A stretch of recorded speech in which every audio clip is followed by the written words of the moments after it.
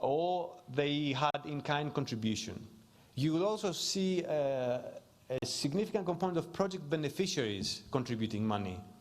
Why this is important? Because it enables the project and the interventions to be sustainable without Swiss contact.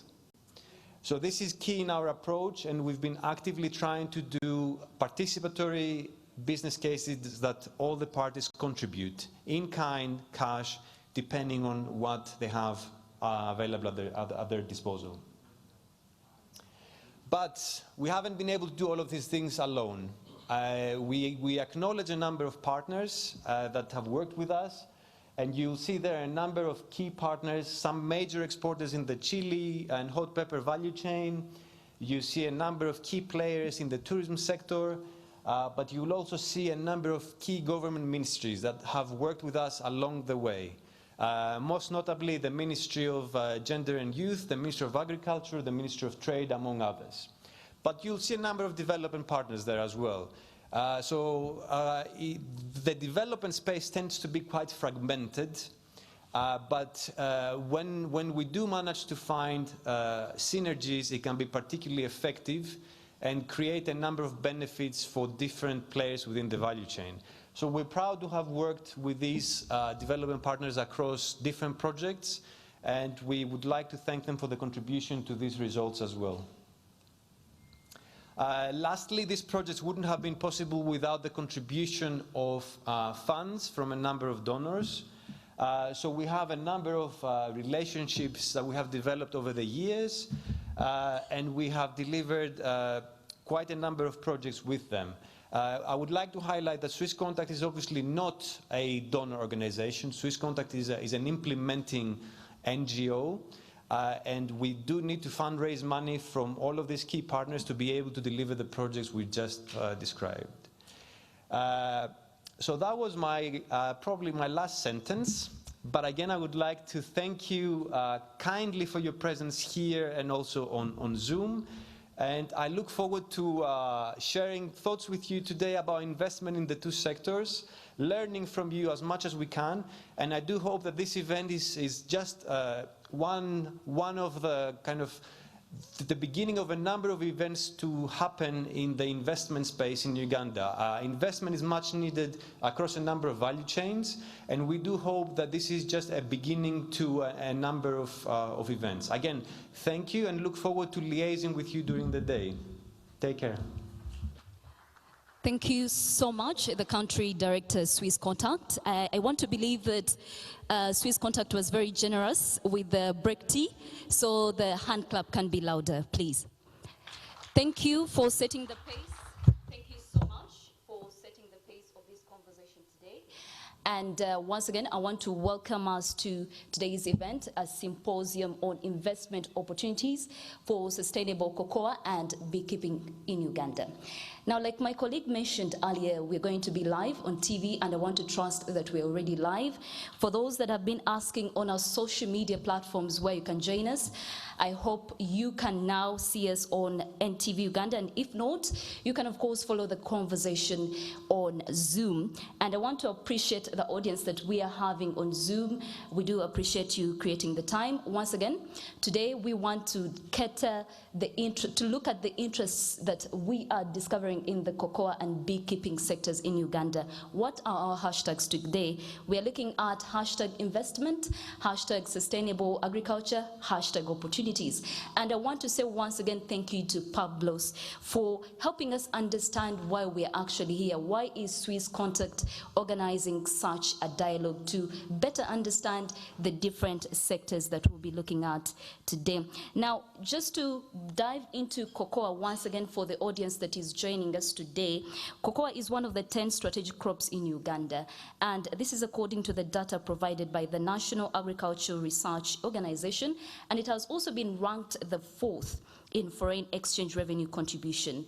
Also to note, production in Uganda has increased over the past 10 years from 16,478 metric tons worth $35 million in 2010 to 41,282 metric tons worth $99 million US in 2020, and this is according to the Uganda Investment Authority. And I do trust that this will be having some guests from Uganda Investment Authority to understand better how we are performing. These are just statistics, but from where they sit, how are we doing? Now, you will agree with me that if you look at these statistics, these are very impressive. And if you're to look at the different reports that we've been seeing, if we invest right in cocoa, if we invest right in beekeeping, first of all, we'll address the unemployment problem among the youth in Uganda. And I was very impressed with this symposium because it also caters to the interests of the young people. Are you a young person that is watching us today and you would like to be part of this business? This is right for you and you shouldn't go away. Now, without further ado, I do want to invite our next speaker who's going to be speaking specifically about cocoa, and just to, to set the pace so that we understand what cocoa growing is all about, so that we know the available, missing gaps, for example, the available, opportunities that we can exploit.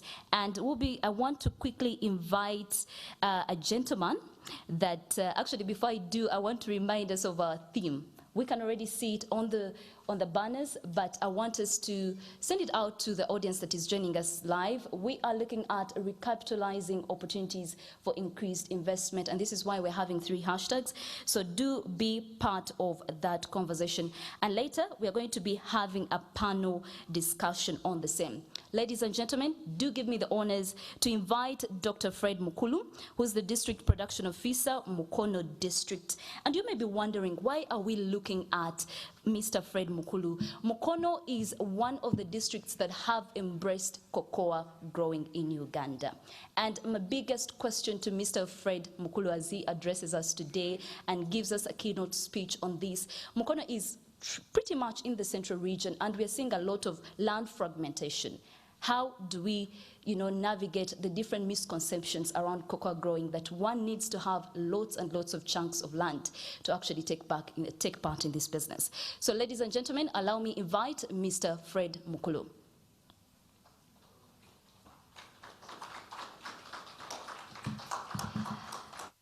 A round of applause just to give him motivation.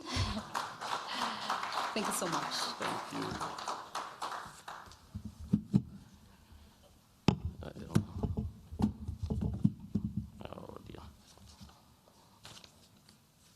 Good morning, ladies and gentlemen. I'm honored to be here.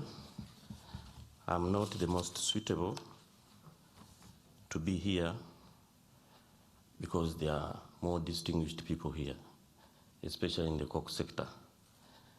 When Swiss Contact sent people over to invite me, I told them I'm not the most suitable person. But they told me, you are the most suitable person. They gave me 100 reasons why I'm the best. But they couldn't convince me. Until Kenneth, a staff here, has told me, you'll be live on NTV. So I had better be live on NTV. Then Felix told me, you'll meet the country director. And I've met the country director, so I'm happy to be here. I'm Dr. Mukulu Fred, the District Production and Marketing Officer Mukono. I'm also the chairperson of District Production Officers in the Lake Victoria Crescent Agricultural Zone. And I'm currently the National Coordinator of all District Production Officers in Uganda. And I'm happy to be here, and I'll be speaking on behalf of the cocoa sector in Uganda. I'm not comfortable here. I think the moderator can assist me. I have to present when I'm watching from here. Okay.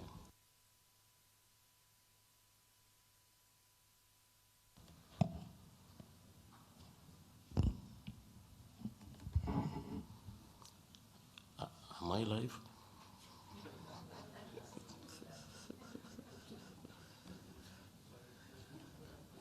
So you can go to my presentation, sir.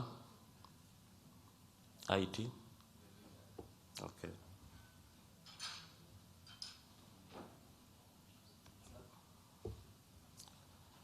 So you will follow my slides. Next slide. Next. The cocoa tree You go to the next, you will follow me.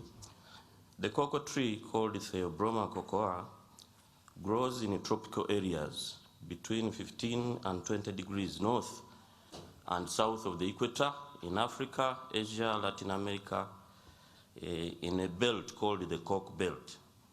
It requires a minimum rainfall of 90 millimeters per month to 1,500. No, go back. Go back. Okay. Go back. Go to the first slide, sir. Maybe I'd better do this. It requires, okay. Cork is currently one of the 10 strategic crops in Uganda. What is this? How do I do it? Come. This one. Oh. Okay. Currently, it is one of the 10 strategic crops in Uganda, ranking 4th in foreign exchange revenue contribution in Uganda. And over the past 10 years, it grew from 16,000 metric tons to 41,000 metric tons, worth $99 million. The other most important thing why I'm here is that Cork started in 1901. It was introduced by the British in the districts of Bundibujo, Mukono, and Hoima. But it should read, that is according to literature, it should read that it was first introduced in Mukono, in a sub-county called Buikwe, where that farm actually still exists in 1901, and it is still doing coke. Then it went to Bundibujo and the Hoima. Exports started in 1917. In 1924, due to price fluctuations, the fields were abandoned. Renewed efforts due to better prices was started in 1958. Fields were again abandoned during the 1970s and the 1980s due to political and economic instabilities. In the 1990s, stability and political and security had come back, so fields were just rehabilitated. And the liberalization policy had been instituted, and the work on coke started again. In the early 80s, we only had 9,000 small-scale farmers and about 14,000 hectares in Uganda. In 1987 to 1997, coke was introduced to more districts, which I will show ahead. And between 2001 and 2018, the coke industry was revised through government strategic interventions and donors' interventions, including Swiss Contact.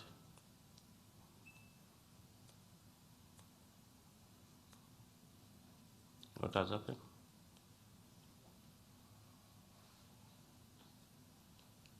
Okay.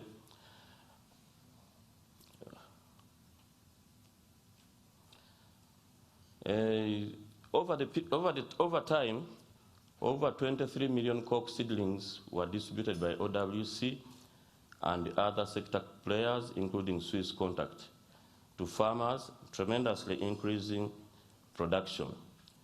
This distribution was under NADS and its donors and the Ministry of Agriculture, Animal Industry and Fisheries, and it helped boost the coke production in the entire country. Coke is currently produced by over 100,000 smallholder farmers in 4 regions in Uganda from the original 3. There are now 23 districts in Uganda. In central Uganda, we have coke in Mukono, Buikwe, Kayunga, Mityana, Chiboga, Wakiso, Mpigi, Luwero, Kalungu, Nakaseke, Mubende, Bukomansi, Mbirakai. In western Uganda, you have Bundibujo, Hoima, Kagadi, Chibale, Kamwenge, Kasese, Ntoroko, Kabarode. In eastern Uganda, it has even reached Mbale, Iganga, Mayuge is very good, Luka is very good, Kamuli is very good, so is Jinja. And recently we went to Gulu, Nuoya, Omoro, Lila, Apach, Kwanya, Kole, Alebutong, Oyam, and the young plants with a few farmers have started harvesting. In West Nile, we have gone to Koboko, Zombo, and Arua, with Bundibujo district producing around 70% of Uganda's cocoa. Private sector players have been very key in rolling out cocoa to new regions. We should give a clap to the private sector, really. Most of these areas, the new places are experimenting, and there's a lot of potential for and opportunities for investing after seeing what happens with the coke there. Somebody asked, how do you manage? Dr. Mukulu, I apologize for the interruption. Our chief guest, the Honorable Minister, Honorable Chakulaga Fred Bwino, the Minister of Agriculture, Animal Industry and Fisheries in charge of agriculture, has arrived. If we could please, it's Honorable Bright Ramirama. It's Honorable Bright Ramirama. Sorry, I had received the wrong name, but the good thing is, Honorable Bright Ramirama, I know, Honorable, you're very, very welcome. Thank you for gracing the symposium with your presence. You found us having a keynote presentation on the cocoa sector. This presentation is by Dr. Mukulu, and would like him to go on. He is from Mukono district, where he's the district production officer. Back to you, Dr. Mukulu. Once again, you're most welcome, Honorable Minister. I've just introduced myself as Dr. Mukulu Fred, your coordinator of DPMOs in Uganda. And I'm honored to present to you once again.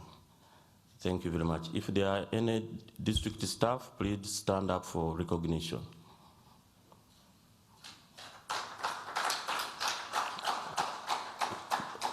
Those are the district protection officers of the different districts who were invited. So now coke is in all those areas. Somebody was asking, how do you manage to keep coke in fragmented places? It is actually the other way around. Everybody who has coke knows the value of coke. He or she cannot sell the land that has coke, because the value you get from coke is much more than the value you'll get from selling the land. So that's how we have managed to keep it even in Mukono district. Coke yields are estimated at an average of 450 kilograms per acre per year, where an acre should ideally produce up to 1,000 kilograms per acre per year. Estimated potential production in Uganda can be above 70 metric tons annually, and yet we produce 41 metric tons annually, at least as of 2020. Only about 32 hectares of land is under coke, and yet the country is capable of more. So there are more investment opportunities in the coke sector. What is coke? The real definition of coke is best described by farmers, but we all know coke. To some people, coke is that powder, dairy milk, drinking chocolate, and chocolate. But we are not producing enough chocolate in Uganda. We thank Semuliki and others, there are about 3 companies. We are not producing enough chocolate. To produce these fine-looking pods, farmers must undertake several on-farm activities. And what does it take to produce coke? The farmer must have interest. He must have good seedling selection, land preparation, correct spacing, plant management, plantation management, timely harvesting, post-harvest handling, proper fermentation, adequate drying, grading, and packaging. But the global coke market demands are changing, and there is a need to adapt to the new market trends and international requirements.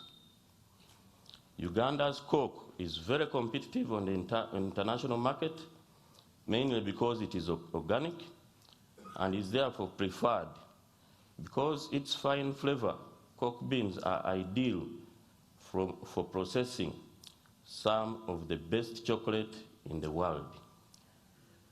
In fact, the organic factor, however, seems to be cocoa's and industry's undoing in Uganda regarding the current pests challenges and diseases, as farmers all over the country have historically avoided spraying coke with the pesticides that could make it lose that organic tag and push down the prices.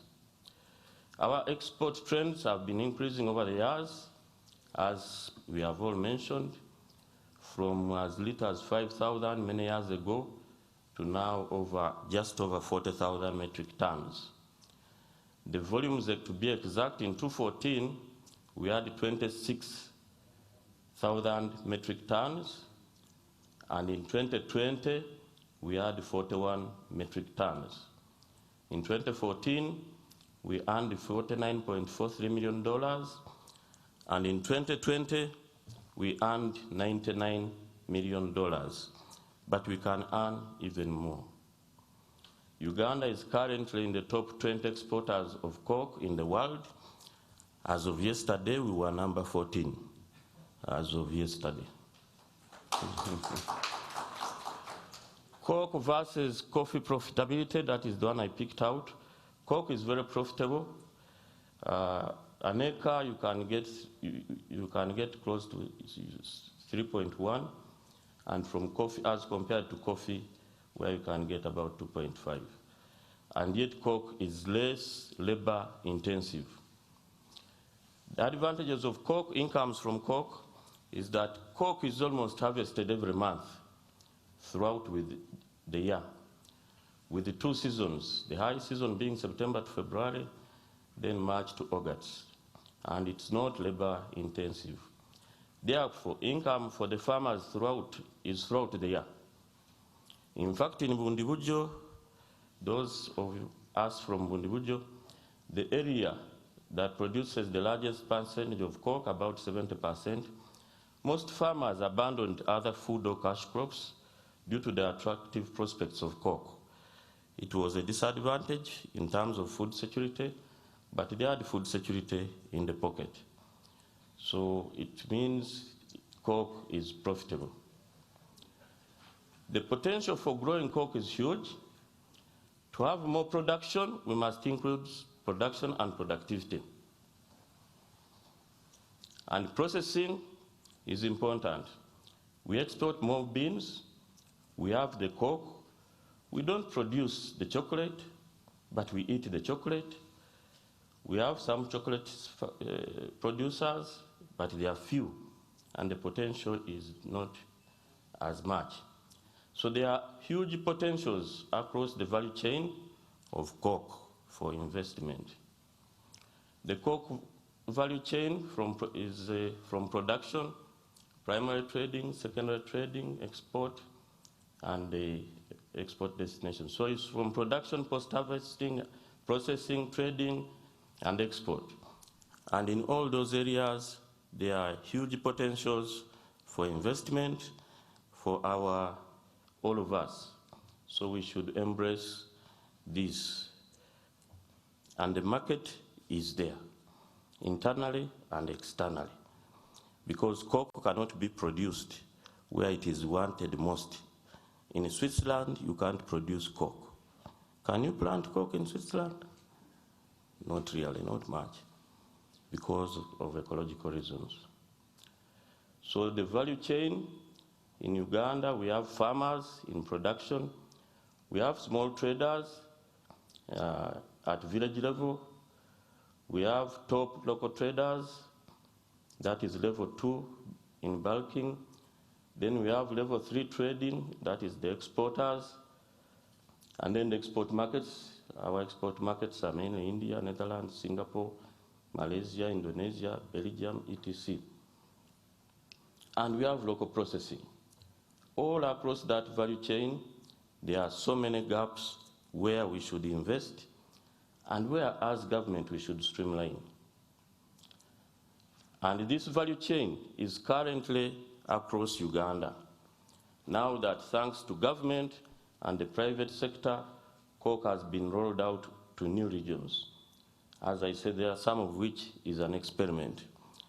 Honorable Bright Ramirama, in your absence, I gave the history of coke, and we saw that cocoa fields were abandoned due to price fluctuations first, and later on due to insecurity.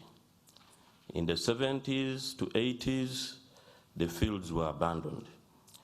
It is not by accident that we resumed the coke after 1986. Thank you for that transformation. It shows that with security and stability, that's when farmers concentrate and do their things. So it is important to thank government, ladies and gentlemen. A big clap for our government. When the production of coke went down, so did its prioritization by government. Hence, there is no policy on coke, there is no strategy, and there is no coherent agriculture extension system specifically for coke. We provide services, but in a multi-sectoral way, isn't it? DPMOs, it is multi-sectoral, and we are not as good as experts. The private sector has been good at skilling coke-specific extension staff, but they can only do few. They only have few in our areas. They are there, and they also train us. So that is one of the challenges. The other challenge is an increase in pests and diseases currently, and the output has fallen short after pests invaded farms, especially in Bundibujo. And when anything happens in Bundibujo, it affects the coke industry drastically.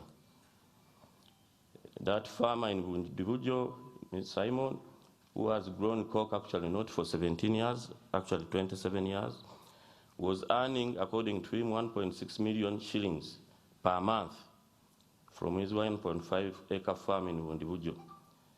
But last year, which was the other year, his fortunes took a dramatic turn for the worse, and in 1 month, at one time, he only earned 100,000 a month after mired bugs and the coke pod borer infested his main source of income.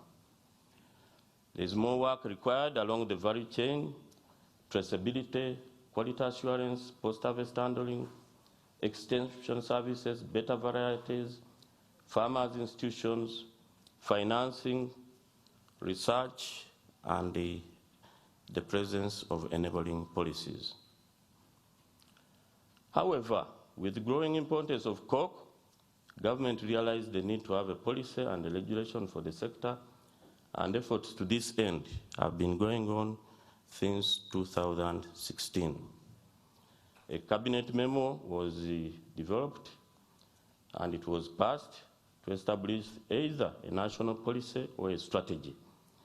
And in 2017, MAIF appointed UCDA to be the regulator of coke.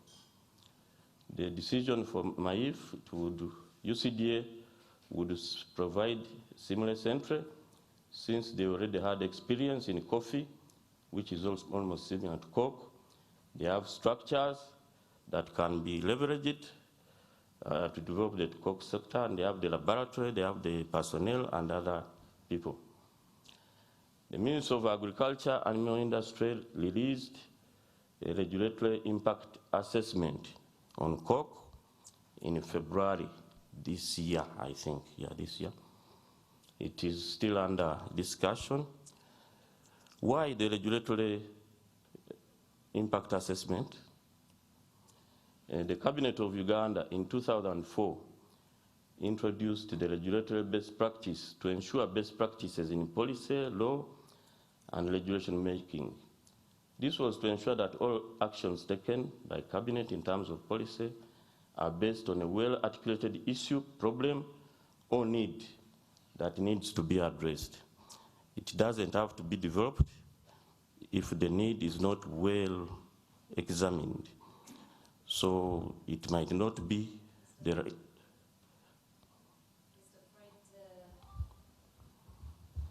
Dr. Fred Mukulu, you know TV is very interesting. Once you start speaking, you don't want to leave, but also time is very limited. Okay. Just, yeah. I even didn't know I was still on TV, but that's good. So I will be very fast, madam. The process of formulation is very expensive and drawn out. The budget of my youth might not be able to do it. I've participated in several of them, and it is very long and very expensive. So here, once again, our donor partners can come in and support us. And I will be brief. The real report on coke identified main problems, and they list them out. I refer you to it. Limited on-farm interventions leading to suboptimal yields, limited interventions for value addition and processing, inability to meet standards for coke, global export, and main cause for low stimulation of local demand and consumption. You can read the rest. That was a SWOT analysis which shows the strengths, weaknesses, opportunities, and threats. You can go through it. Recommendation, the MAIFRIA also recommends the solutions to the above. It recommended that deliberate investments are made to systematically increase Uganda's coke production and productivity. We need to have more production to attract substantive coke processing investments. And the gains from research that can quickly be disseminated is mapping of common coke pests, development of a coke crop management manual, training coke-specific extension workers, and promotion of coke on the mass media.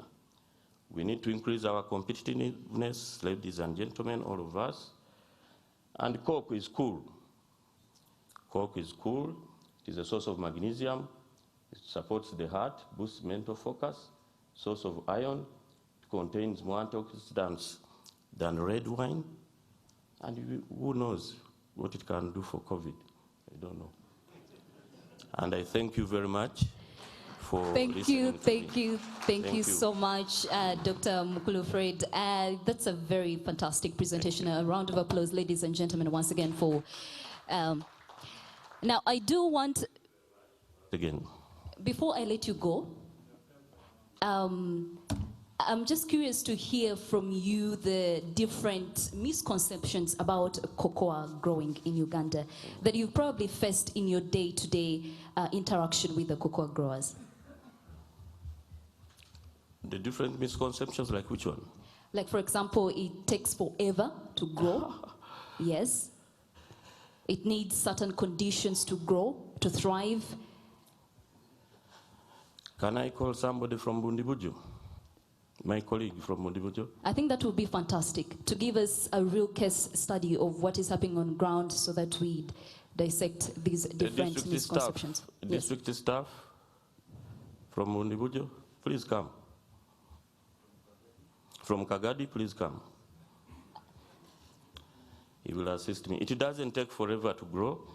It takes just how many months? For us there it is 3 years actually. 3 years? Yeah, 3 years, yes. But once it has grown, you pick for how long?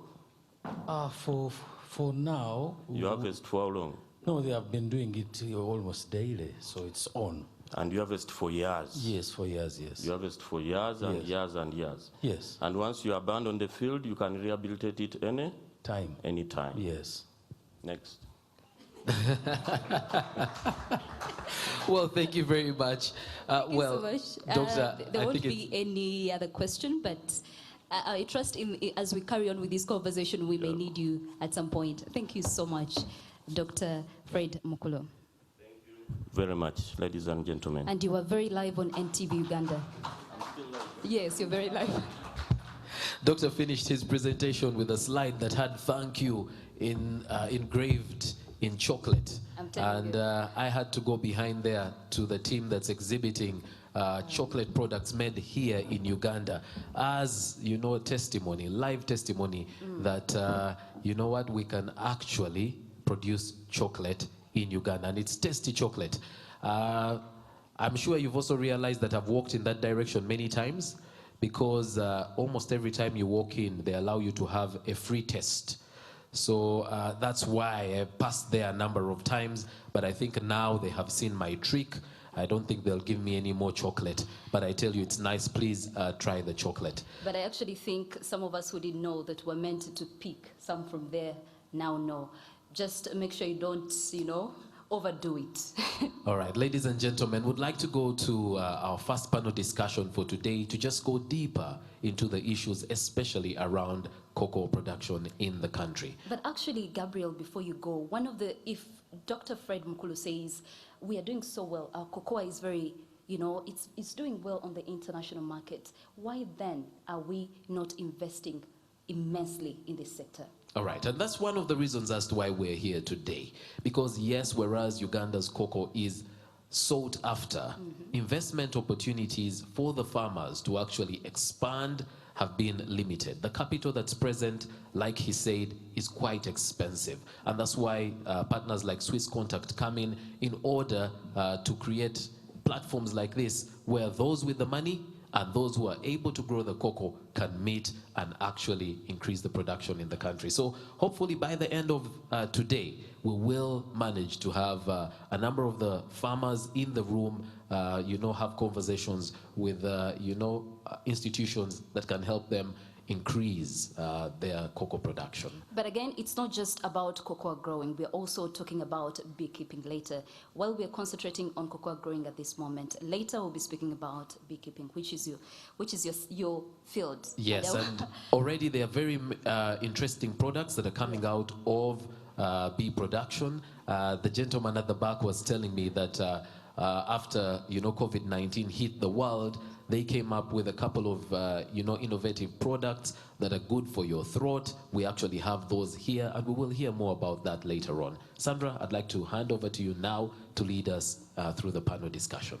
Thank you so much, Gabriel. Now, ladies and gentlemen, I want us to get set. We're going to have a fantastic panel conversation.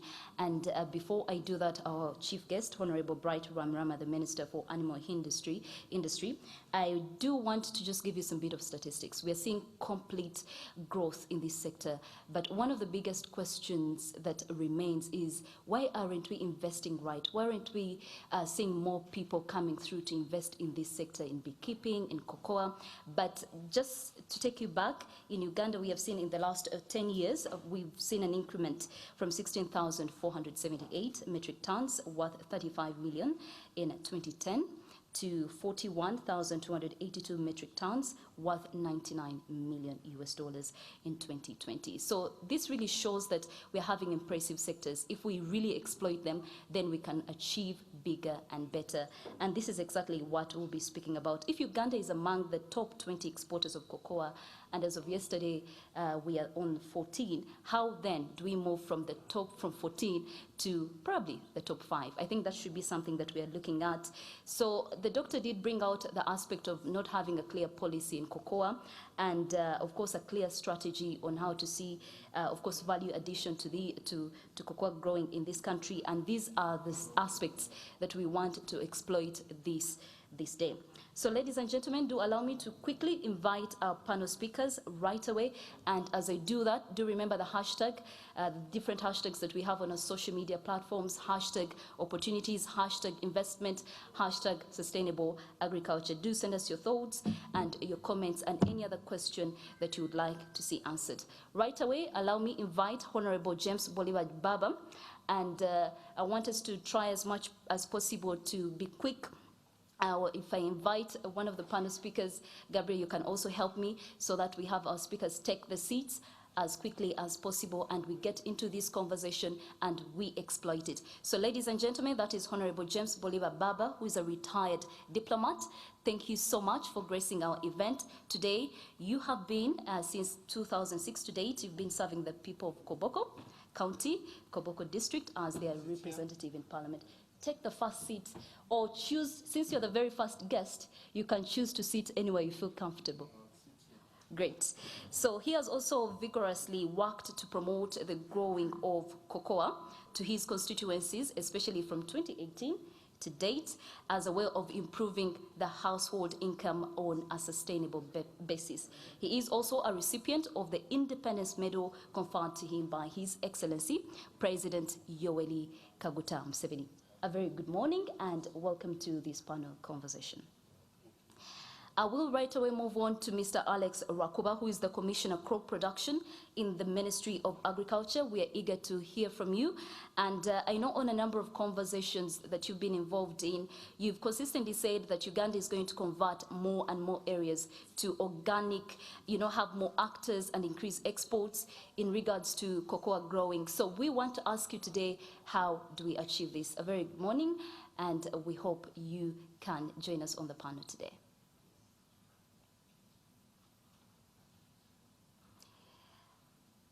As we try to work that out, I would like us to quickly invite Mr. Constantine Bwambale, who's the chairperson of Uganda Cocoa Association, and will be speaking will be picking his thoughts on from where he sits, what are the latest developments that we're seeing in cocoa growing, and how best as a country can we exploit them to the benefit of our nation. And we'll also have Mr. Fred Muhumza, who is an economist with Makerere University. Mr. Fred Muhumza, we are also waiting for you to take up the seat over here. He is a PhD holder from the University of Manchester. He has been involved in development policy, research, analysis, formulation, and review for over 20 years. Mr. Fred Muhumza, thank you so much for joining us on the panel. And we're also really eager to hear your comments on the matter. Yes, please. Mr. Fred Muhumza is taking his seat right away. Mr. Constantine is right here also taking his seat. You're welcome, gentlemen. And Mr. Renard Nicholas, please do join us today. He is the Program Officer of Private Sector Development and Trade. He is a young professional in European and international affairs. He does specialize in foreign economic relations, international aid, and cooperation. He is always looking for new opportunities. So today we want to look at, since you've been working closely with us here, we want to better understand the right angle or the right approach, right model to use to exploit the available funding that the European Union usually gives to African countries.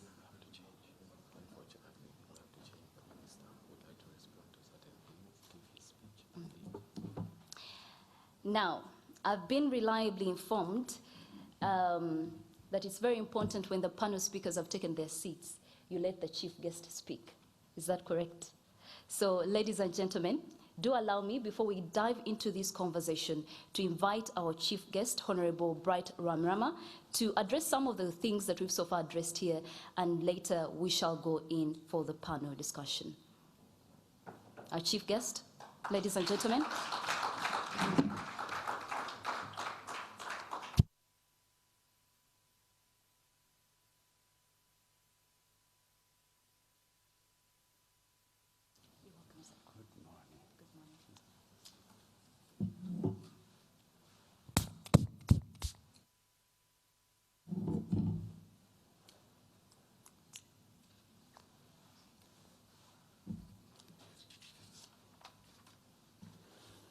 Honorable colleagues, members of parliament who are here, heads of government agencies, commissioners from different directorates and MAIF senior staff, representative of donor communities, country directors of development agencies, local government representatives, private sector, distinguished ladies and gentlemen,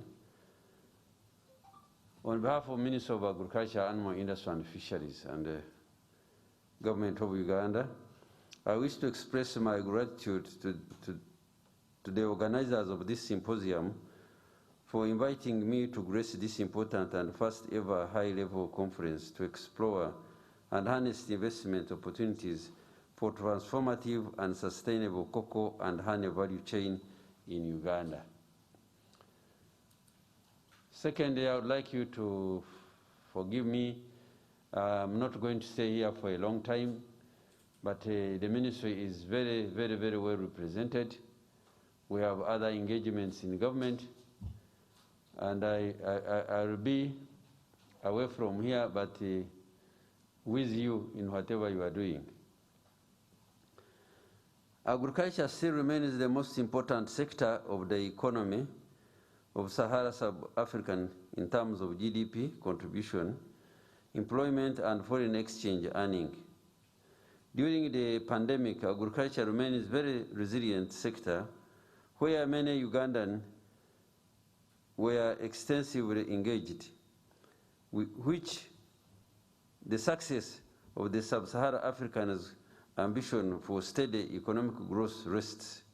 However, the yield of both crop and livestock in Sub-Saharan Africa remains very low compared to global average due to several challenges. Cocoa is a beverage cash crop introduced in Uganda by the British colonial rulers in 1901. Commercial export of cocoa of the commodity started in 1917. Can you imagine? Cocoa growing was abandoned in 1924 due to a drastic drop in international price. The crop also suffered pests and disease attacks during that time. In an effort to diversify export earning from coffee, Uganda's principal cash crop up to date, cocoa production was revived in the area in 1958, mainly in districts of Mukono, Bundbujo, and Hoima. In 1972, through the establishment of Cocoa Development Project, production of cocoa was scaled out and promoted in Jinja, Iganga, Kamuli, Kabare, Masindi, Mpiji, Ruwero, to improve the quality and increase export. Presently, Bundbujo is the largest producer of cocoa in Uganda, thanks to the private companies and development organizations like Swiss Contact for supporting the cocoa value chain and expanding cocoa to the other new districts, including West Nile. Cocoa is one of the 4 strategic commodities identified in the National Development Plan, NDP3. It is a high value export earner. It comes fourth after coffee, fish, and tea. Cocoa has greater potential to increase farmers' income and foreign exchange to Uganda. Export earnings from cocoa have steadily increased over the past 10 years from 16,478 metric tons worth $35 million in 2010 to 41,282 metric tons worth $99 million in 2020. This can be found in the report of Bank of Uganda 2021. At a local level, cocoa production is profitable. For example, the cost of establishing 1 hectare was estimated at 1.3 million Uganda shillings in 2015. First and second season return under low input use, such as family labor, were estimated at 775,000 Uganda shillings. And Uganda shillings 2.8 million respectively, hence yielding an annual revenue of Uganda shillings 3.6 million. However, under high input use like hired labor, the first and second season return were estimated to be at 3.1 million Uganda shillings and 4.4 million respectively. Annual return were estimated to be 7.6 million Uganda shillings. So this is a very high value crop. The reason is why you are here is really justified. Uganda enjoys a competitive and comparative advantage in production of cocoa. Our cocoa is on high demand globally because it is largely regarded organic, and yes, it is organic. The cost of production of cocoa is still low compared to other countries. So there are reasons why really people should invest in cocoa. On a commendable note, government of Uganda is committed to invest in cocoa industry in our NDP3. In the past year, government has supported the sector through supply of 17 million cocoa seedlings to farmers to increase areas of production to about 37,000 hectares. I think you should appreciate the commitment by the president to invest more in cocoa, and we are still going to invest more in our strategic development plan in NDP3. As one of the crops that would enhance agro-industrialization, the government is still looking at continuous support of the sector. The short and medium-term target for the commodity is to increase the volumes of cocoa export from the current 41,282 metric tons to 70,000 metric tons. This requires a concerted effort, coordination, and increasing investment along the entire value chain. However, despite the existing and the potential advantages that cocoa has in Uganda, the industry is facing several challenges that need immediate attention. These include: production is still low, yet the demand is increasing. As you heard from the previous presenter, the doctor who presented before I came in, we must move away from the traditional way of farming. We must look at farming as a business.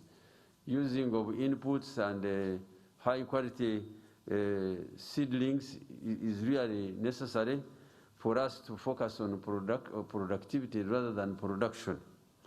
The farmers lack basic agronomic skill amidst escalating pests and disease attack. To this end, the Minister of Agriculture and Animal Industry, with support from government, we are going to increase the number of extension workers so that the farmers can be supported to overcome this challenge. Working in silos by different actors, we need to come together in order to make an impact.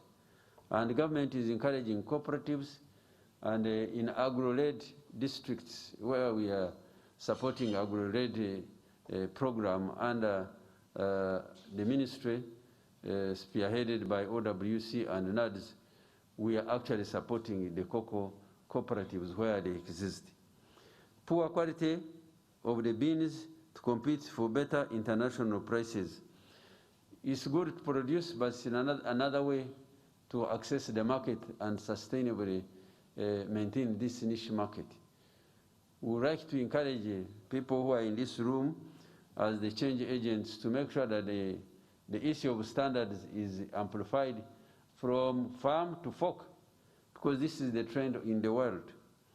Limited value and addition carried out on cocoa in Uganda, which would increase the profit to farmers.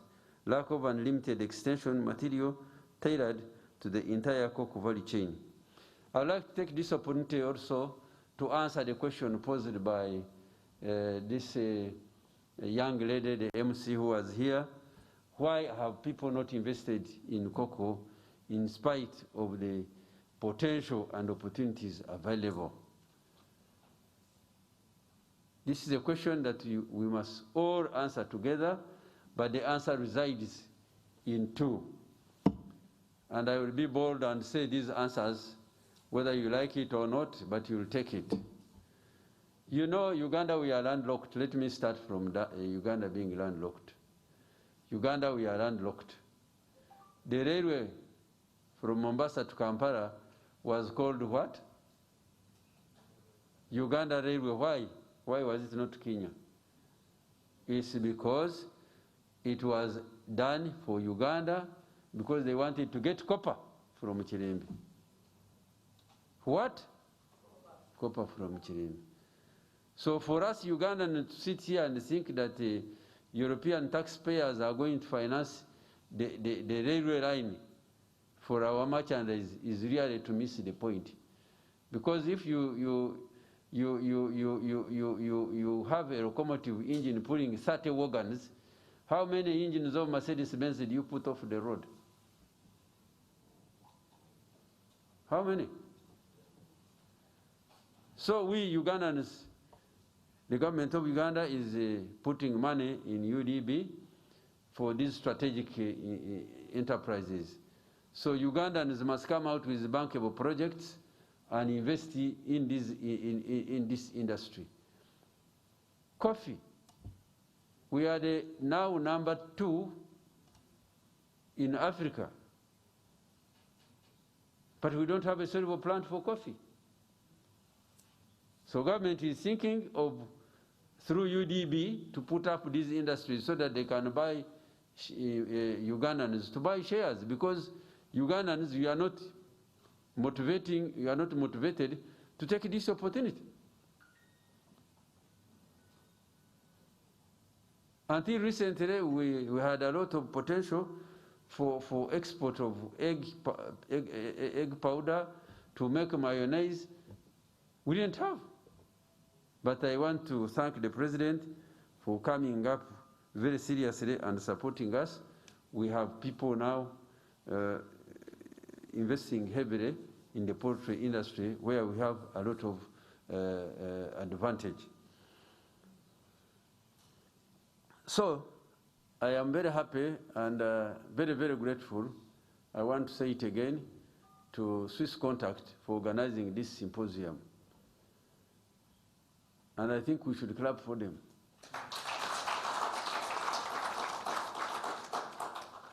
We in the government, we talk and talk and talk, but when we have the private sector getting involved, it becomes better. On the other hand, globally, bees are very useful in pollination services for most of agriculture and forest crop. Apiculture currently represents a promising option for engaging the rural community around conservation sites, such as national game parks and forests, to enhance sustainable conservation practices with social environment and economic benefits to rural communities. We have supplied a lot of bees. Government has supplied a lot of beehives in the Rwenzori region and Elgon. I have also been involved in signing an MOU between UA and some cooperatives, including veterans, so that they can do apiary in the forest and game reserves, but also without cutting trees or scaring away the wild animals. This is why there is a lot of opportunity, and really apiculture. I have seen one of our staff who retired, but whose work is very documented. You can stand up for recognition. This important lady was very helpful to me. We set up standards and put up money to regulate honey so that we can access international market. So there's a lot of opportunity and a lot of potential. The international demand for bee products outstrips supply, with the net global demand growing at the rate of 8.2%. A major factor driving the market growth includes high demand for nutritious food products, such as honey, on the account of rising awareness about the benefits of maintaining healthy styles. Never before had the people of Uganda thought about nutrition very seriously than until recently, actually, when COVID struck. People started taking fruits, people are now very sensitive in what they eat. But you must be aware that these things have been abundantly available for Ugandans, but they never take keen interest. So, and honey is one of them. Honey is an excellent source of nutritional ingredients, including vitamin, minerals, calcium, and antioxidants. Moreover, honey has several medicinal properties and can help improve metabolic activities, maintain blood pressure levels, reduce the risk of diabetes, and can even heal burns and wounds. Thus, honey is widely used in many applications apart from food and beverages, such as cosmetics, pharmaceuticals, which are also estimated to augment the market growth. Uganda, in particular, the apiculture sector is an important source of livelihood for over 1.2 million households who are involved in beekeeping, who are largely informal, and majority engaging in it as a hobby instead of engaging it as business. Despite the government of Uganda's earmarking beekeeping to support income generating for rural households, this rising demand for honey and other bee products give Uganda an opportunity whose agricultural production is 90% organic and residue tree products to venture and produce for this market. In the last 6 years, the government of Uganda has made tremendous effort in maintaining Uganda on the list of the third world countries allowed to export bee products to EU market, whose demand Uganda has failed to meet. We don't have the volume. We have struggled to maintain the quality, but we don't have the volume. And we don't have the volume because even in spite of Minister of Agriculture amplified the apiculture as one of the key enterprises to engage in, we don't see people coming up, and yet it is the most efficient enterprise, especially which is not capital intensive. The failure to meet both local and international market demand for bees products by Ugandan beekeepers is attributed to subsistence production, use of local technologies and practices with poor performance in quality and quantity and quality, limited and coordinated extension services provided by some private companies, development organization, government to spur increase in the volume of bee products. We are increasing recruitment for entomologists. You must have heard my remarks in the recent past when I was encouraging entomologists actually not to look at the bees alone, but also to focus on Nsenene, because Nsenene have become a delicacy, and the science is available. So we could actually increase production of Nsenene alongside with the bees. In 2019, 334 metric tons of honey was exported and was valued at $1 million, with key Eastern African countries being the recipient of Uganda also recipients.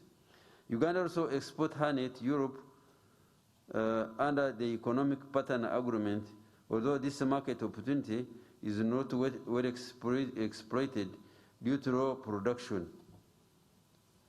We are still not very good at with quality, but the biggest challenge we have now is production.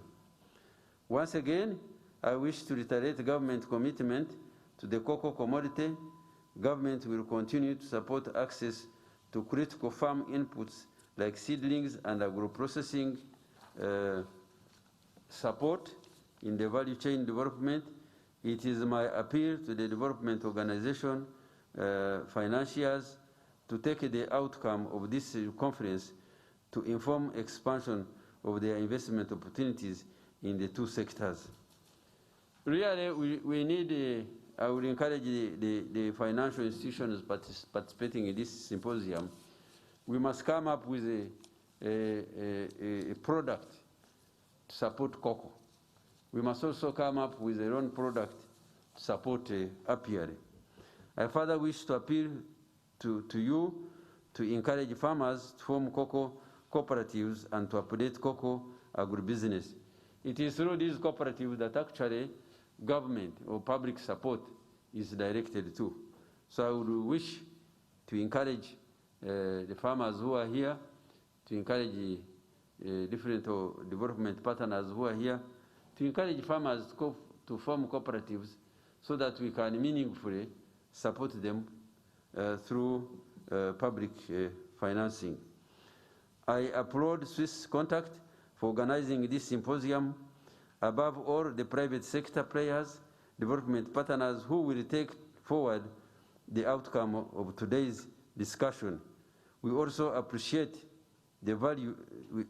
appreciate Swiss Contact for her continuous support to the cocoa and honey value chain through capacity building of the private sector and facilitating sector coordination in the sector. We, MAIF, we are looking at you as partners in development, and I think we need to coordinate, to increase our coordination so that we can meaningfully transform these two sectors. We look forward to increase the coordination in the development of cocoa and honey value chain in Uganda. And I want to thank you for your attention, and I hope I have fairly answered the questions that were put to me. May God bless you. I will be away, but I will be with you. Thank you very much. Thank you so much, our chief guest. We do appreciate those remarks, and we do appreciate you re-emphasizing the fact that the government is committed to actually invest in cocoa business and also beekeeping in Uganda. I was very impressed with your honesty when you said that we in the government do talk, and then when the private sector comes through, a lot of action is taken. Very honest there. But again, the point where you say that we must move away from the traditional ways of, growing cocoa, not thinking about it as a business. We need to move away from it and actually see that we treat it as a business and invest in it the right way and do the right procedures, because at the end of the day, we know we have to earn from it. Now, we know that we don't have so much time with you here, and I want to immediately invite Gabriel to come and assist me on this. We will be having the launch of the Dynamic Markets for Farmers, that is Sustainable Cocoa and Honey Uganda project. This is going to be the launch, and we do want to invite our chief guest again to come through, and other people that will be joining us on this. Over to you, Gabriel.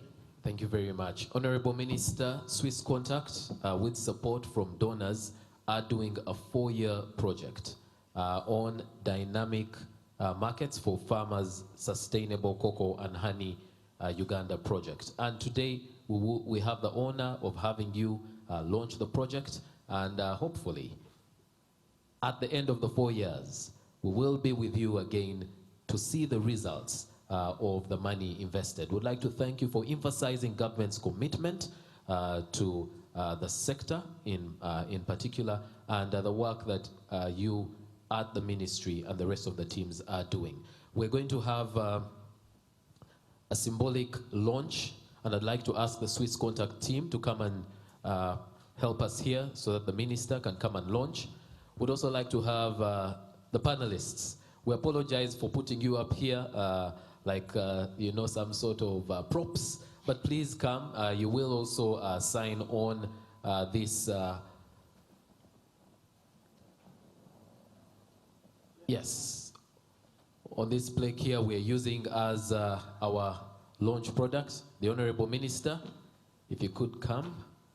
The Minister will launch. I know the media would like to get this. Our media team is behind there and over here.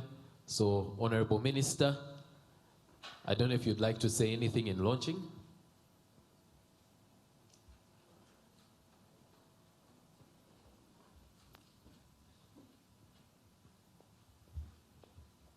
On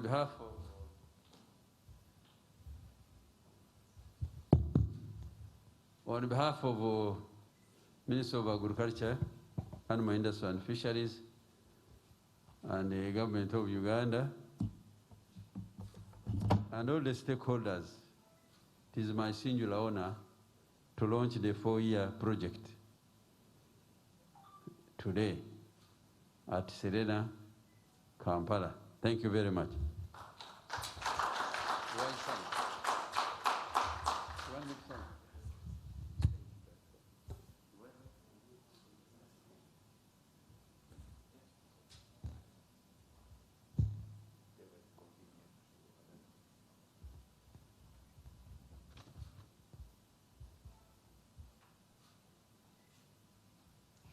That is the chief guest signing on the launch of the dynamic markets for farmers for sustainable cocoa and honey Uganda. It is a 4-year project, and we look forward to see what happens in 2024 when we are reviewing the progress made in regards to this very project. Thank you so much, our chief guest, for first of it all launching our project and gracing our event. We'll have different panelists on the cocoa department to sign. Yes, and as This that is very happens, memorial. As that happens, the minister would like to leave. Honorable Minister.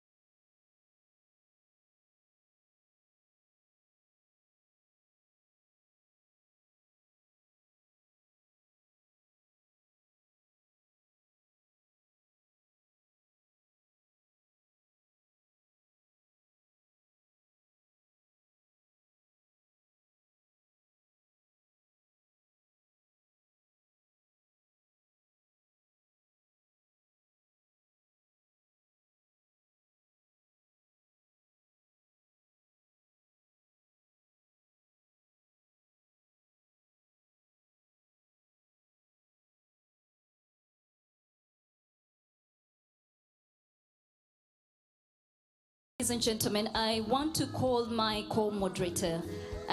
Before we get into the conversation, the panel conversation on cocoa, I want to quickly invite Gabriel, and I want, if Gabriel, you can just use my microphone, I'll just use this. I do want, if we are clear, one of the aspects that keep coming up is the issue of value addition. And on social media, someone sent me a picture and put Africa, our panelists. This is something that I believe will interest us, and I want us to talk about it before we get deeper into this conversation. So on social media, someone sends me a picture. I wish I can put it up, but I'll see what I can do, and says Africa is on one side, and then Europe is on one side. And maybe this will also interest Mr. Nicholas. We are feeding into European markets because we are only producing raw materials. And this is why, Gabriel, I want you to pass around and ask 2 individuals before we get into this conversation, products of cocoa that they know, just 2 of them. Oh, at random, I go to anyone. These are very confident people. Anyone will give us an answer. Ladies and gentlemen, I apologize in advance if I come to you and you have no idea what we are saying. Yes, thank you very much. Products of cocoa. Yes. Yes, we have cocoa chocolate, and we have cocoa Vaseline. Yes. Very impressive. Thank you so much. Another person? Let's get a lady.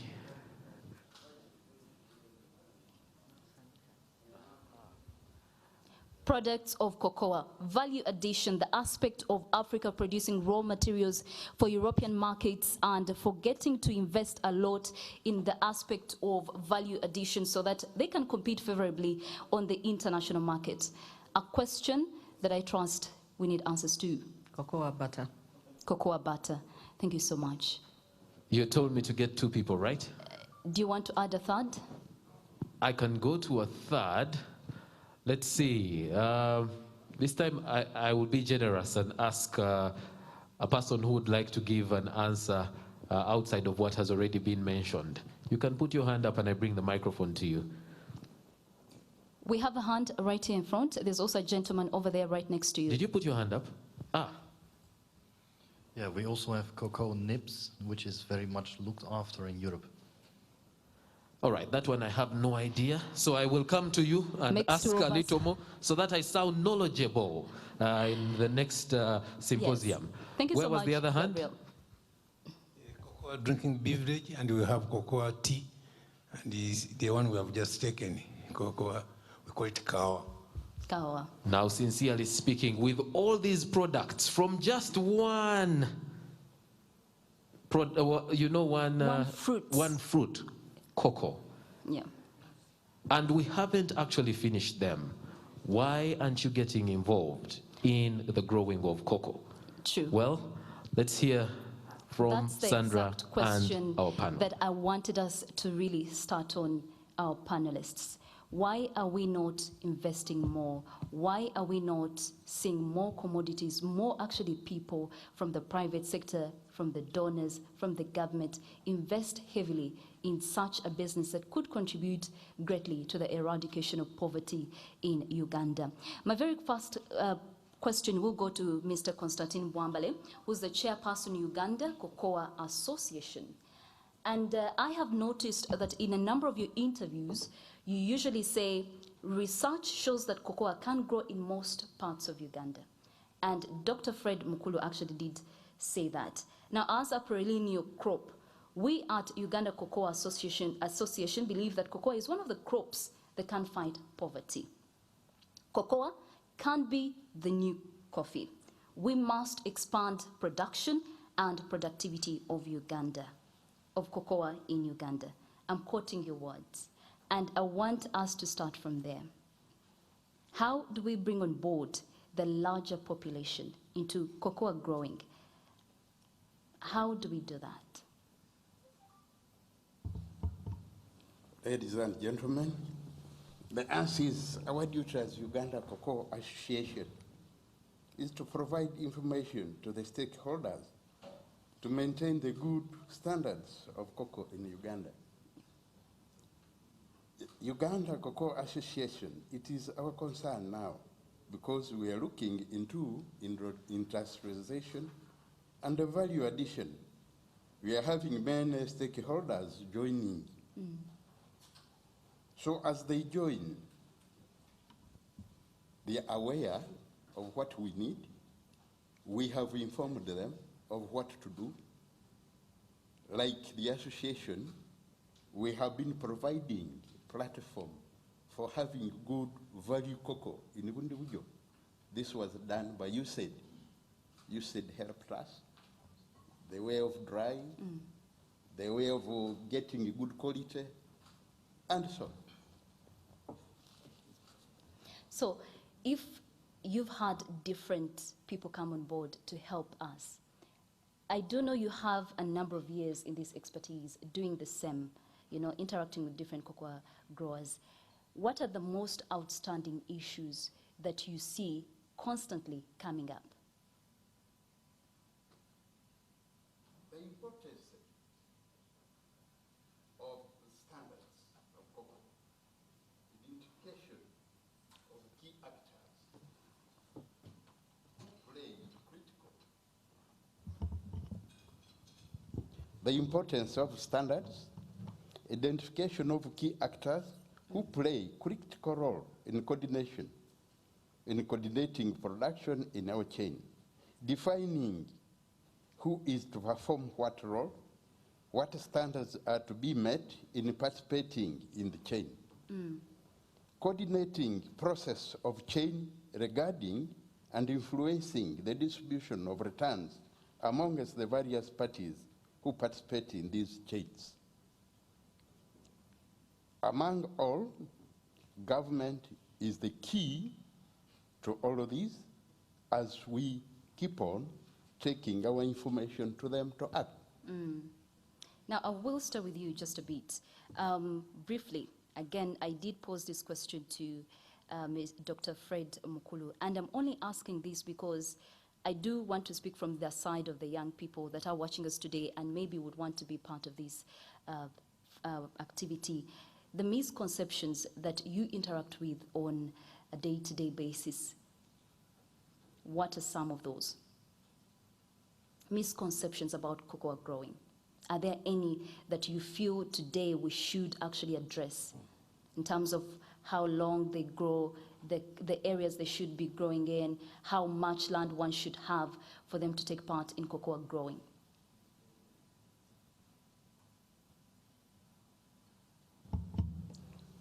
In fact, cocoa is a good crop because it's not like coffee, whereby when you grow it, it takes a longer period. But for cocoa, it takes 3 years, and you'll start harvesting. And you'll continue harvesting in every month, because you'll find 2 pods coming on, ready for harvesting, and other areas. So we have tried to at least have government involve the local population, the agriculturalists, going to the local farmers, tell them to continue on, handling cocoa in the best way, and giving them a good idea of how to move ahead with it. Great, thank you so much for those your thoughts. Allow me to move on to Mr. Fred Mhumuza, who is an economist with Makerere University. He is also a PhD holder from the University of Manchester. He has been involved in development policy, research, analysis, formulation, and review for over 20 years. A very good morning, and thank you for being here on the panel today. Good morning, thank you.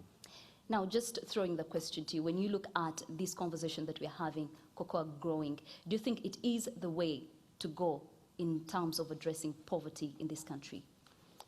I only wish we could, at this point, be putting that in past tense. That is the way we should have gone long time ago. And you've really spoken to my areas of interest. As a development economist, anything that touches poverty is something that is welcome. Household incomes, resilient households. I don't think cocoa farmers have been affected by things like COVID, because even when you lock down, the logistics continued to move. The markets in Europe haven't seen big dents on the consumption of cocoa. So that speaks to resilient households, creates jobs. And as we add more value to it, we also retain. But I'm saying this is big business, and I'm saying we should have gone there long time ago. As we speak, cocoa trade is about $15 billion. And when I see Uganda's exports are below $100 million, so we are losing out on the much needed dollars that we should be having in the country. So it's really, that's my interest in it, and as a person who deals with policy issues, who blends the research, this is an area I would really want us to go to, and we'll do my best to make sure the policies speak to investment in these cocoa growing areas. We speak to provision of extension services, provision of inputs, provision of credit, provision of what. This is my interest, to see the cocoa industry grow, and we can compete with those out there and get a pie of this $15 billion that people are really taking the chocolate. You can eat the chocolate. If you can give me the dollars, I don't mind the dollars. Interesting.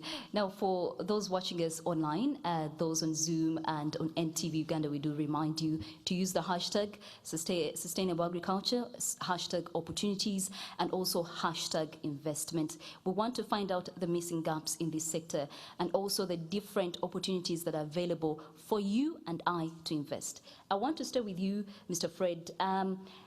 Just looking at policy, if you did listen to the doctor's report, there's lack of a clear national policy on cocoa growing in Uganda.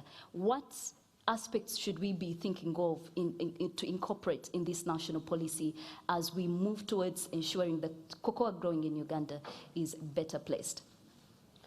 Well, there have always been a story of Uganda having good policies that they never implement. And some of us in our research have even reached levels to say, do policies do matter? And let's just do it. I know there are policies here and there, and you cannot say you really must have a cocoa policy to move the cocoa agenda forward. And that's why I think there is now this conversation of, is it policy, is it strategy?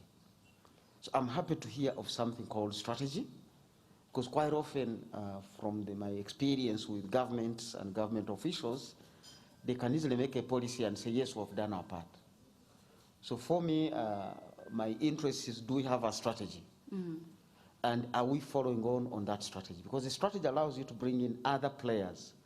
Who is working on the roads? I've just been having a conversation with a colleague of mine who has been in the Ministry of Finance in senior positions and who have worked there a lot.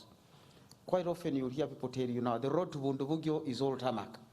You can take a few minutes, but there is a cocoa farmer 2 kilometers from that tarmac road who can't reach it. So the strategy would be including that particular person to say, where is the local government supposed to do the district, local, and community roads? So a strategy speaks more to the detail and the realities of life. So I think my interest would be, where is that strategy? Where is that extension service provider? And then you realize this extension service provider belongs to a local government, which has not been facilitated to recruit them.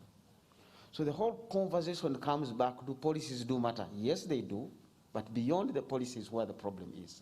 So ask me what I would want to be seeing is a strategy that is so detailed, speaking to these issues that really touch the farmer, to get the cocoa in the format that the consumer wants it, whether this consumer is Ugandan, foreign, and as you ask for the cocoa products, I grew up eating raw cocoa, not unprocessed.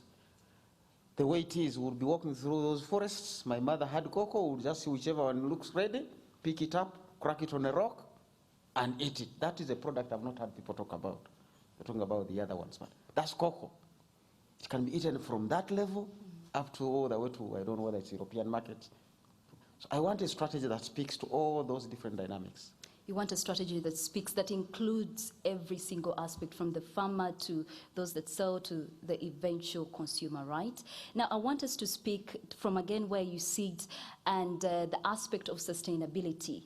You know, yeah, policies do matter, and sometimes we feel like they don't matter. How do we ensure that we work towards sustainability of cocoa growing in Uganda?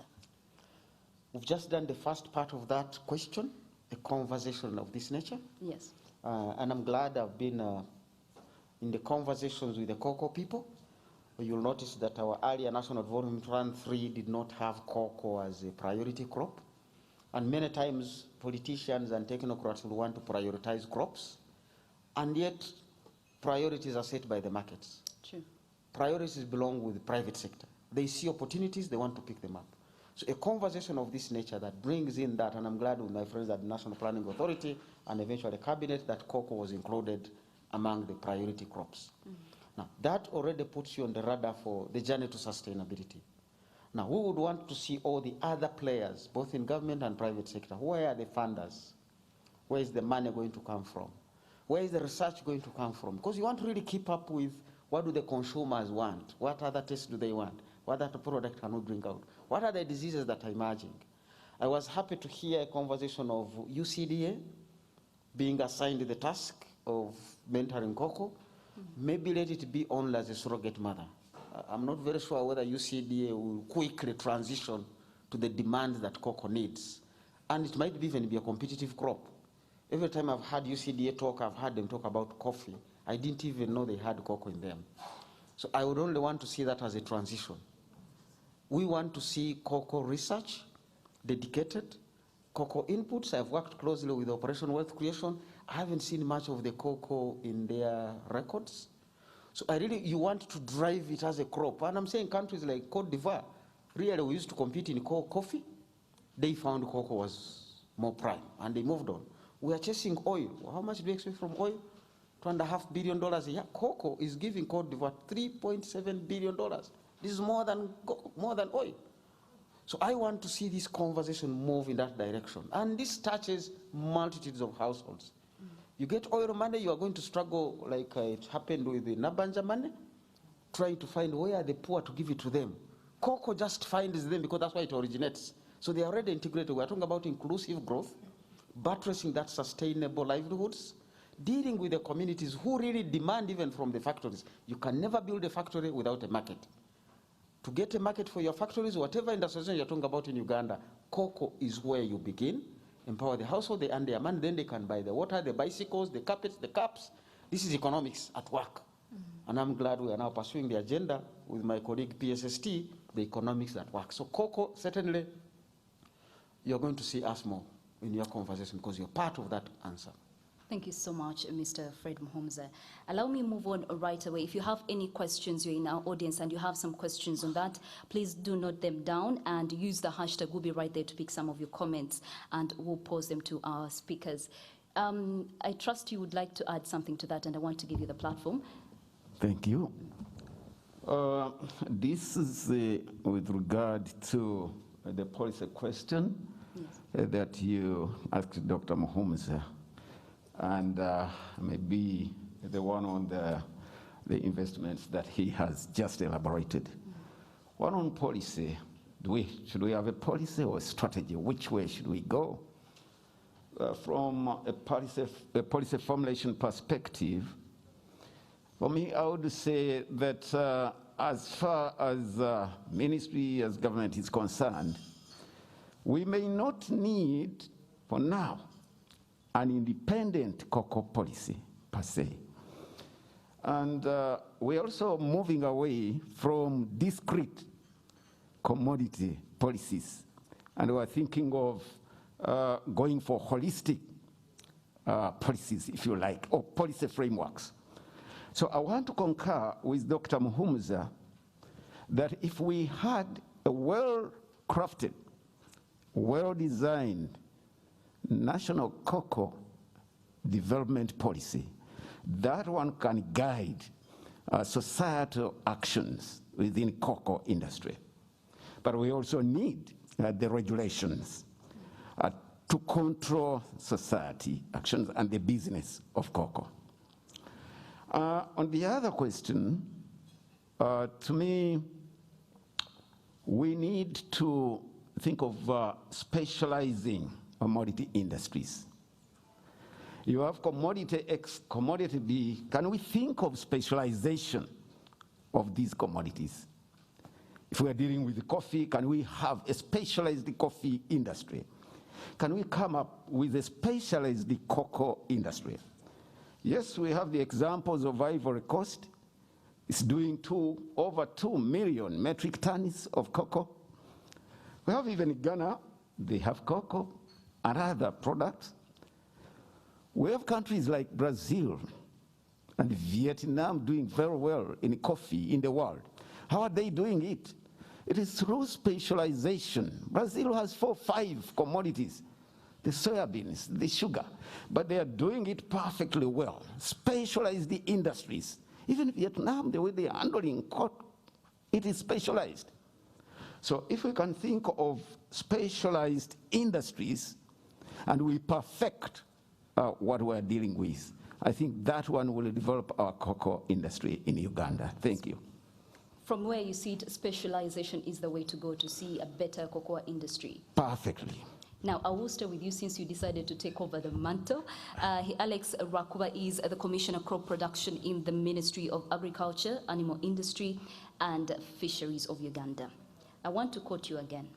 You did say in a previous interview, conversation that you had, that Uganda is going to convert more and more areas to organic, have more actors, and increase exports in regards to cocoa growing. Now I want to pose this question to you. How do we achieve this? Thank you very much. First, we want to respond to demand. We want to respond to the market. We would like to address a model where markets are the enablers of production. Now, the current market for cocoa is going towards the natural, the organic.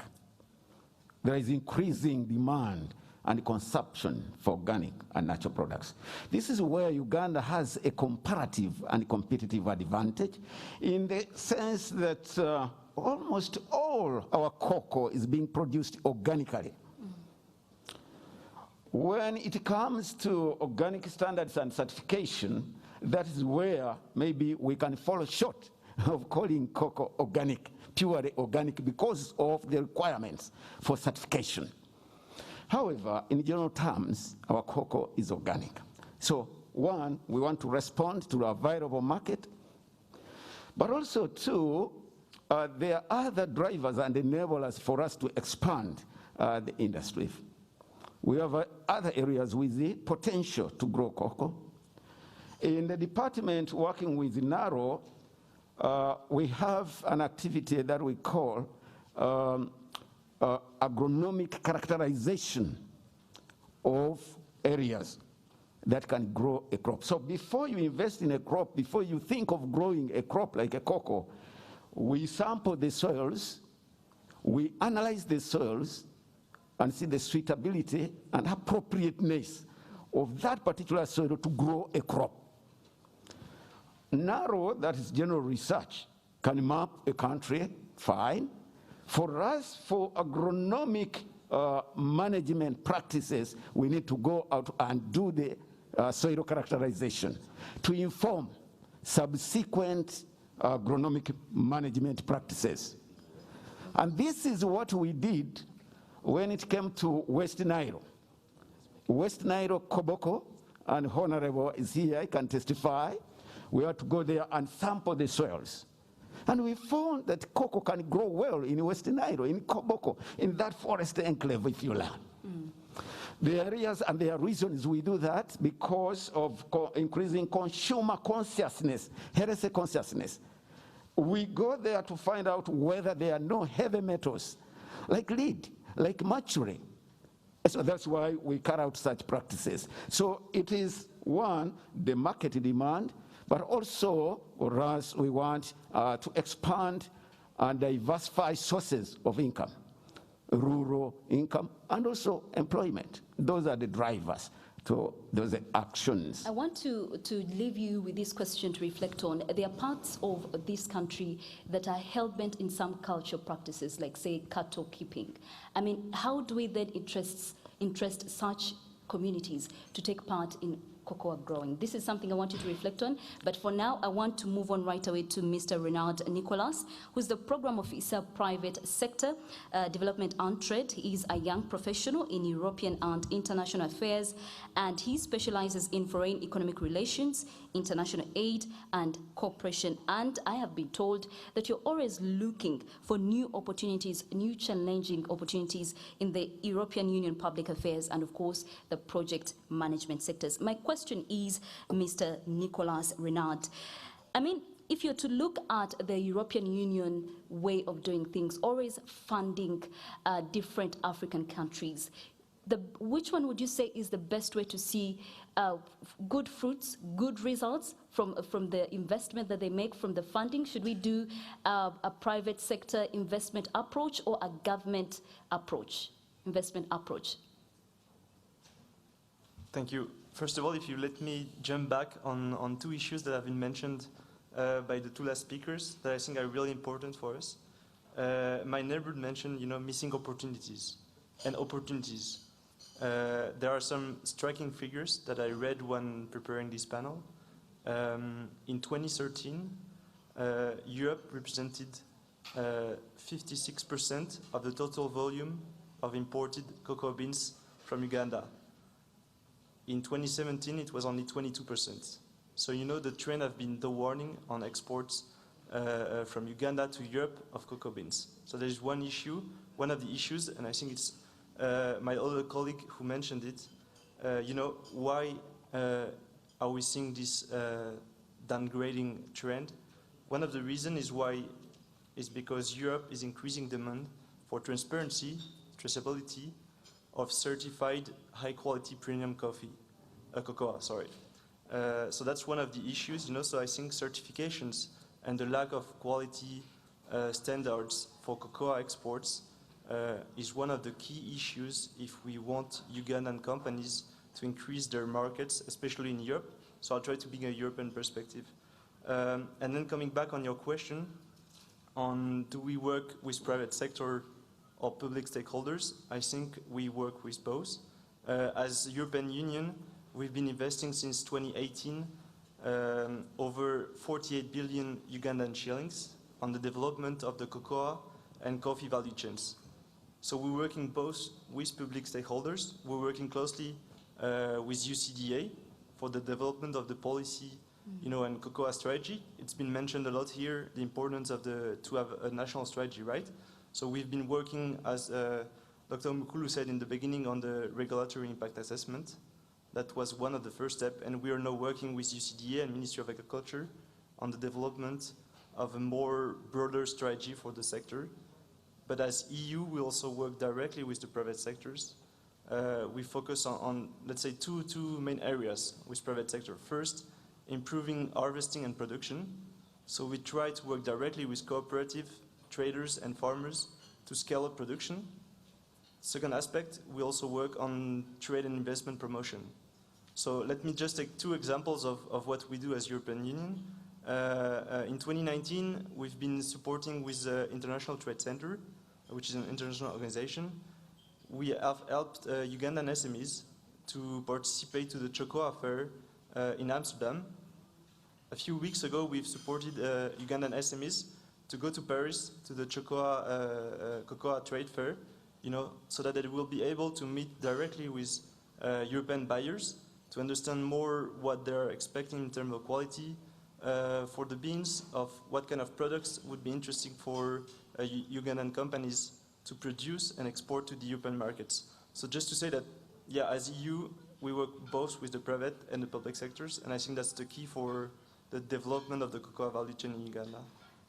Very impressive that you work with both, but the bigger question is, do you think such funding is better channeled through NGOs, from your experience and from where you interact with? I would say both. As I said, we always work as European Union through the national institutions, be it the Ministry of Finance, Ministry of Agriculture, UCDA, but more than with NGOs, we work directly with the private sector, being private companies. A few weeks ago, I was in Budibujo, meeting with one of the main cooperatives there, that we've been supporting, directly with funding, so that they can scale up their production, buying new material, buying new machinery, and reaching out to more farmers. One of the approaches that we have as EU is to make sure that we directly, our money directly benefits to the farmers and Ugandan people, right? Mm-hmm. So one of the key issues when working with private sectors is to make sure that benefits goes to the farmers in the form of creating cooperatives, for example. We've realized that if you want farmers to increase their revenues, if they work through cooperatives and not only selling individually their beans to buyers and traders, so that's something that we're trying to support and will be supporting also in the next years. And maybe one last thing before I move on to our next speaker.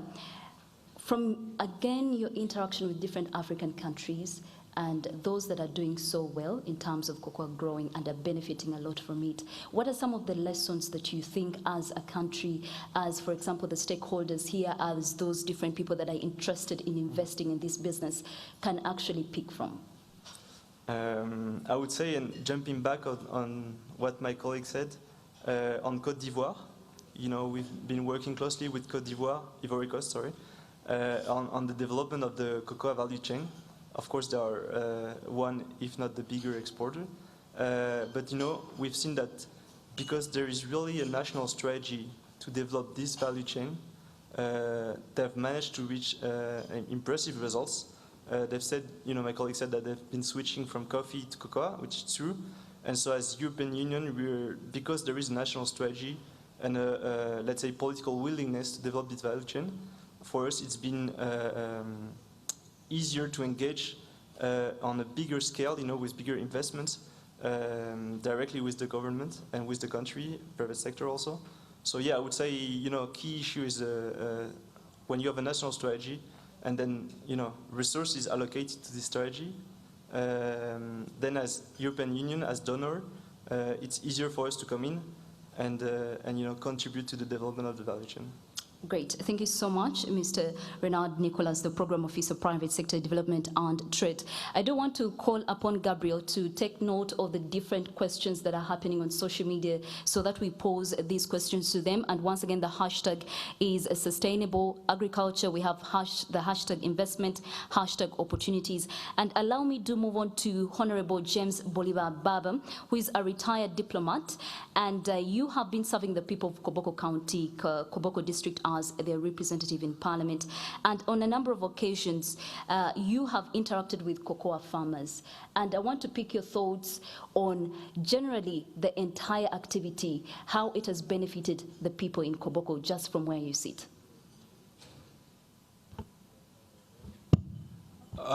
Thank you. First, let me appreciate Swiss Contact for putting us here together and for all the contributions they have made in the development of our country since they have been here in this country. My interest in cocoa was not accidental. First, as a diplomat, I saw cocoa in Ghana, in Ivory Coast. And then on the market end, I worked as an ambassador in Japan.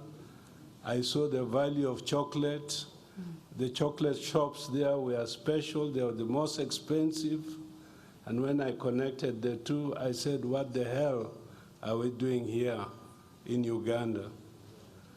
There was a chance opportunity. I was invited by Muni University in Arua to develop their agricultural faculty, what subjects to teach, what curriculum. And one of the participants was a guy from ICAM Chocolate Uganda called Fabio Koumo. So at the end of the workshop, I asked Koumo, when he introduced himself, whether cocoa could not grow in West Nile.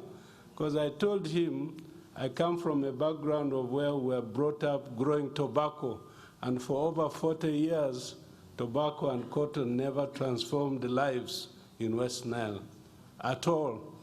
Instead, tobacco degraded the environment. All the trees were cut to cure tobacco, and the only signs of tobacco in West Nile are the tobacco bans. The houses remain grass-roofed, and people are in poverty. So when I asked Fabio whether cocoa cannot grow in West Nile, he just told me, Baba, where coffee grows, cocoa can grow. And as we came towards town, there were some guys who were selling cocoa seedlings in town. I said, asked them, are there people who are growing this crop here? They said, yes, people have started growing it. And he said, in fact, if you want to see mature cocoa, go towards the Vora border with the DRC Congo. There's an old man there who had mature cocoa trees for the last 10 years. I didn't waste time. I drove there straight. I met that guy. He told me the story of how his daughter was working in Hoima and came home one day with the 10 cocoa seedlings and said, Papa, let's try this. It is helping people in Hoima a lot. And the old man obliged. He planted this thing 10 years ago. You may not believe it. That is what is sustaining the family there and then. So for me, I just came straight to Minister of Agriculture. And I asked them, support me. I want to try the growing of cocoa in Koboko and in West Nile. They said, first we have to do the soil test. And Naro from Kawanda sent a team. They did the soil test all the way from Yumbe, Koboko, Arua, Zombo. The test confirmed that this crop can do very well in West Nile. So I went back to Fabio again of ICAM Chocolate Uganda. I'm going to start this. What help can you give me? He said, I'll give you an extension staff to start raising the seedlings. I'll give you that extension staff to train them how to plant and grow the crop. So we started in 2018. As we speak now, we're producing quality pods in Koboko, very good quality pods. And ICAM is moving there next year to start buying cocoa from Koboko. So that's the background from which I'm coming from. But fundamentally, the challenge of this country is low incomes among our population, very low incomes. People are poor. Our development in Uganda is just roadside development. You go 2 kilometers inside, you see poverty in your face. And why should we have poverty when we have crops like cocoa, when we have crops like coffee, Now there's even hash, which can transform lives here very fast and very quickly. I like what Fred Mumza said. Let the market inform our priorities. The market is beckoning. Already it's showing that 40,000 metric tons of cocoa can earn you $99 million. What if we produce 1 million tons? Or like Ivory Coast, 2 million tons? What transformative effect will that be to our population? It's a pity the minister has left, but Alex Rakuba, the commissioner, is here. Let's walk the talk. Let's put the resources where the market demands. That's not what we're doing.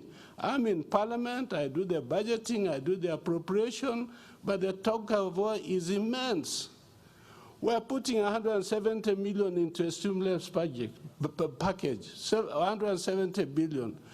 UDB is getting 400 billion. UDC is getting about 170 billion. Emyoga is getting 260 billion. Why don't you redirect this money into key sectors that can generate income for the households as well as in taxes for the government? I am very happy with the president of his appointment of the new prime minister and the new secretary to the treasury and permanent secretary minister of finance. These people are coming with a new perspective, and they are saying we must prioritize. They are rearranging the budget. I hope they can now refocus on key sectors of our economy that can change lives. We cannot go on doing business as usual anymore. We must set the priorities right. What can transform this country? So, Madam Moderator, for now, these are my few comments. Let's also pick your thoughts. Let's also pick your thoughts on how we can catalyze the production, value addition, and export of cocoa from Uganda. Before we walk the talk, how do we do that? Where do you start from? First of all, the idea that UCDA should be loaded with the cocoa project, for me, I don't support that. They're already very busy with the coffee. Let them continue with that. Secondly, government has ever put money on key projects. They put 40 billion shillings on the banana project in Barara, in Bushenyi. Recently, Atiak sugar project was supported by over 30 billion. The Soroti juice factory, the recent one. The dairy sector was supported by government. We must do similar things, find accessible, cheap money for the cocoa industry to start value addition to the cocoa sector. At least let's produce powder, cocoa powder. Let's produce cocoa butter and a few of these items and test the waters. I'm sure countries like China, India, Turkey, to enter into Europe, all these can be ready markets for our products, but a start has got to be made. Throwing this question to Mr. Constantine Bwambale. The demand is high, but production is low.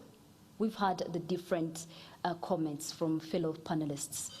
Why is this so? And how do we address, how do we move on from that? And as we call for people to invest in cocoa growing, how do we entice them that this is the business that they should be investing in?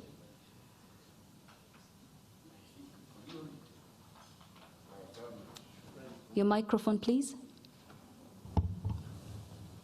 Sorry.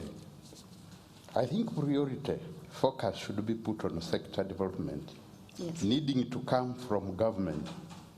Regularly, this is in regulation and promotion. The role of private sector, which has been significant in the development and continues to be significant in maintenance, this has reduced as far as development goes. Since there is no return on investment due to competition in near term, and non-profit could help fill this gap. Development also needs to include curbing smuggling, tree regeneration in older plantations, and need development in new areas. Cocoa has been the best in all since they started developing it within the country. So we should look at it as something that is going to develop the people.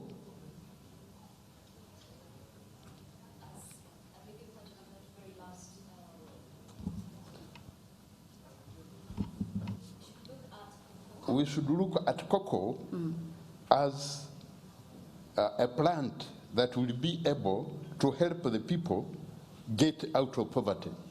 Precisely. You see, when you say we should look at it as a crop that is going to get people out of poverty, how do, I mean, Swiss Contact has organized this and we're seeing the fruits of this, but how do we attract people to understand that this is the crop that is going to get people out of poverty? For example, if I'm to bring in the aspect, we know that Uganda's population belongs to the younger generation, 70% of it.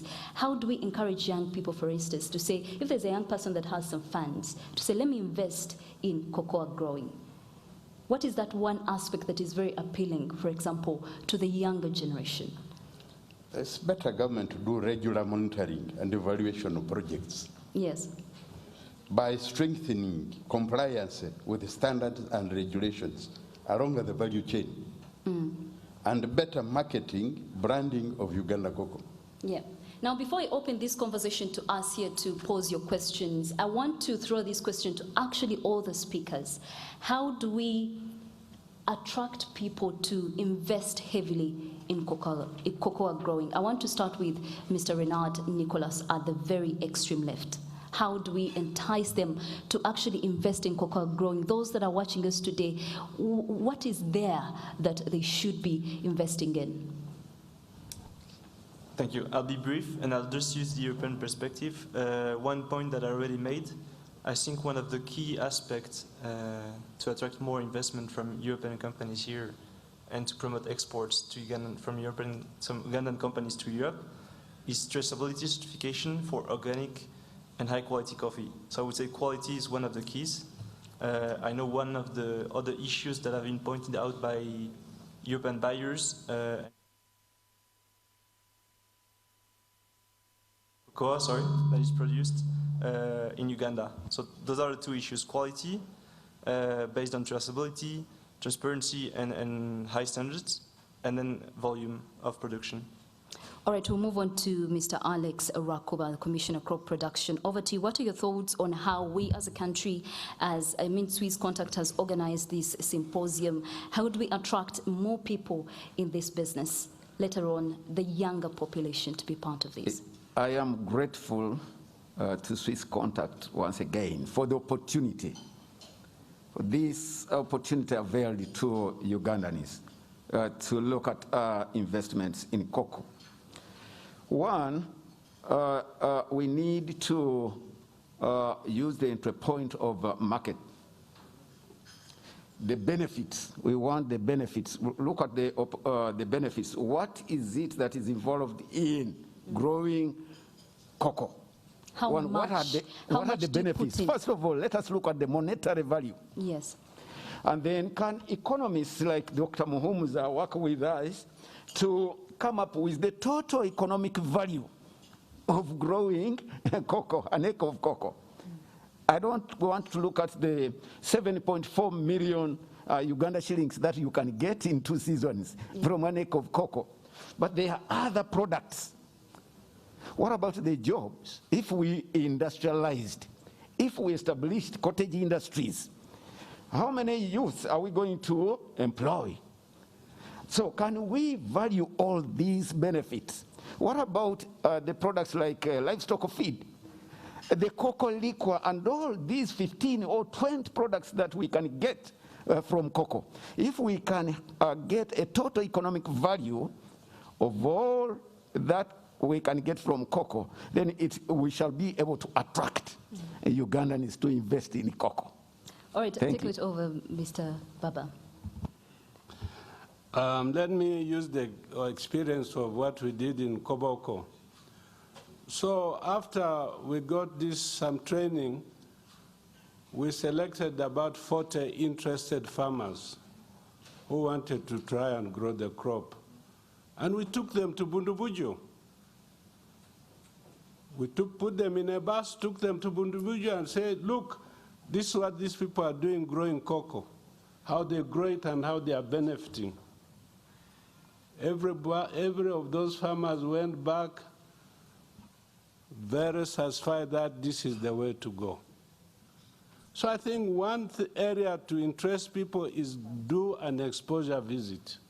Expose them to what others are doing. Let them see by example. The African's eyes are in his hands, they say. So they experience firsthand how much those farmers in Bujubuju are earning.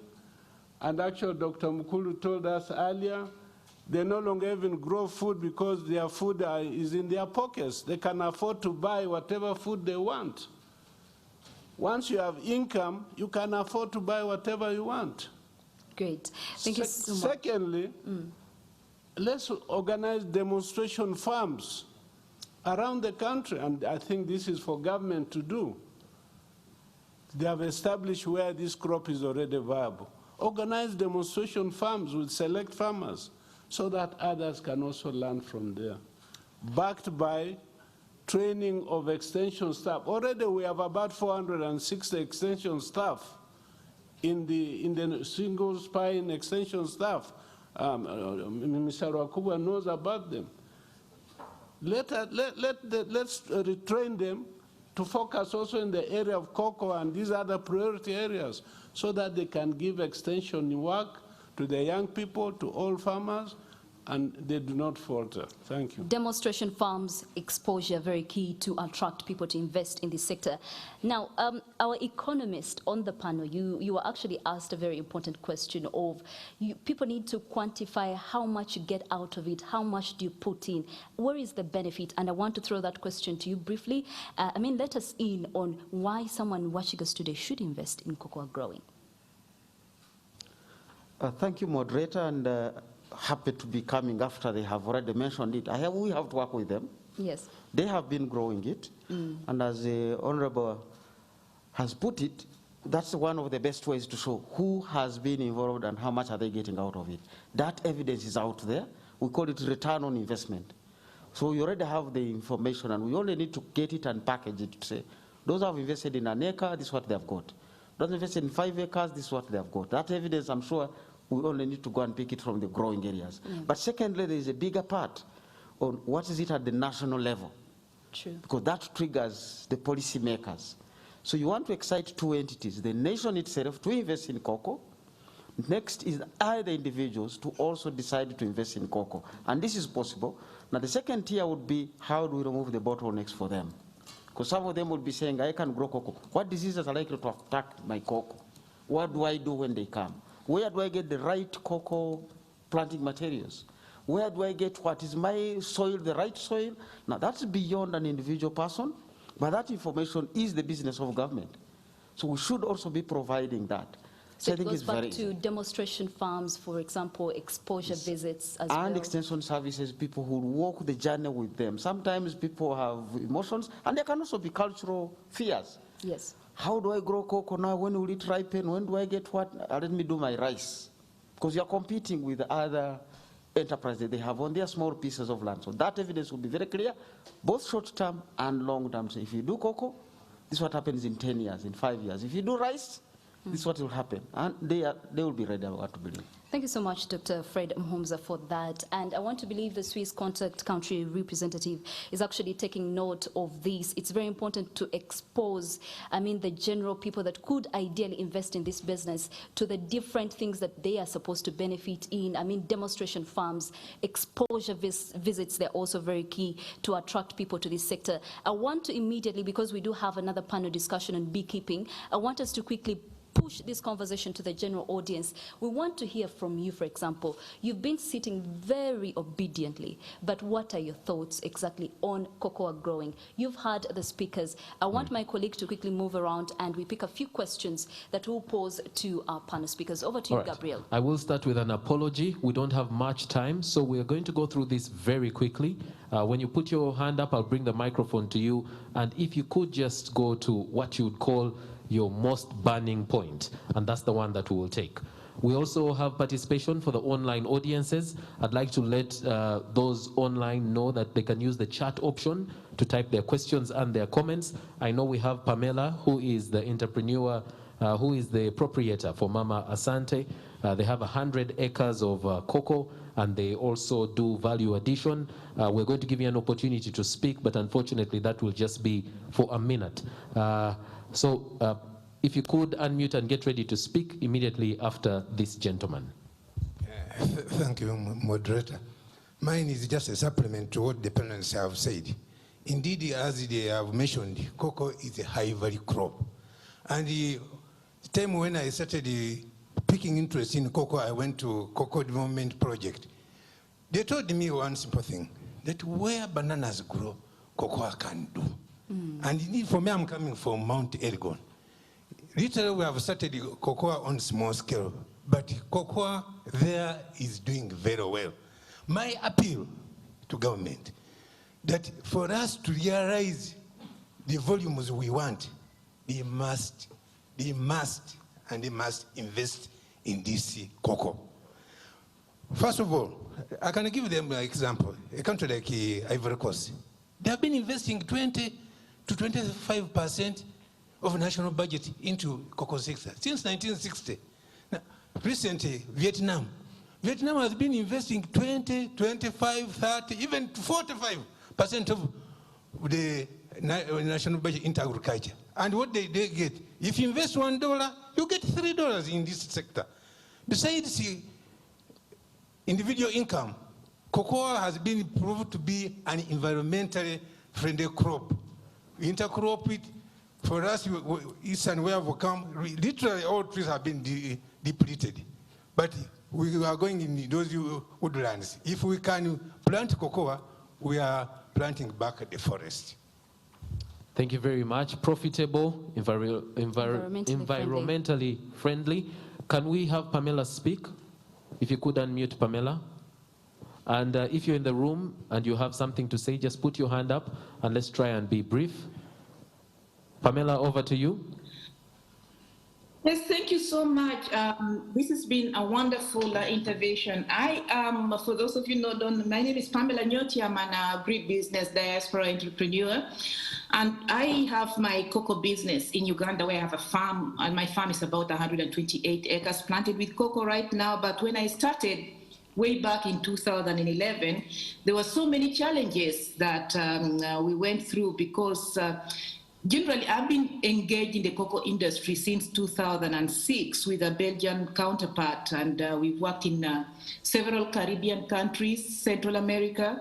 So in Grenada, Trinidad, Costa Rica, Peru, Ecuador, many other countries. So when I started cocoa in Uganda, I already was quite well informed about the demand in the market. When I got an opportunity eventually to start investing in cocoa, it was, let's say, through the market channels, through Barry Callebaut, who is, Barry Callebaut is the biggest cocoa processor in the world. They process about 1 million metric tons. So they own a large part of the market share, almost 30%.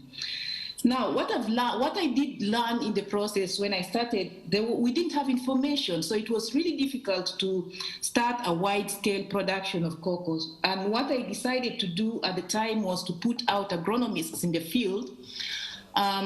We collected samples from different parts of Uganda, and we had those samples sent to Trinidad, the Cocoa Research Institute of Trinidad. The purpose was really to come up with planting material or to develop a gene bank, and we needed planting material. So that's what we did. We made that study and came up with about 18 mother plants for further breeding.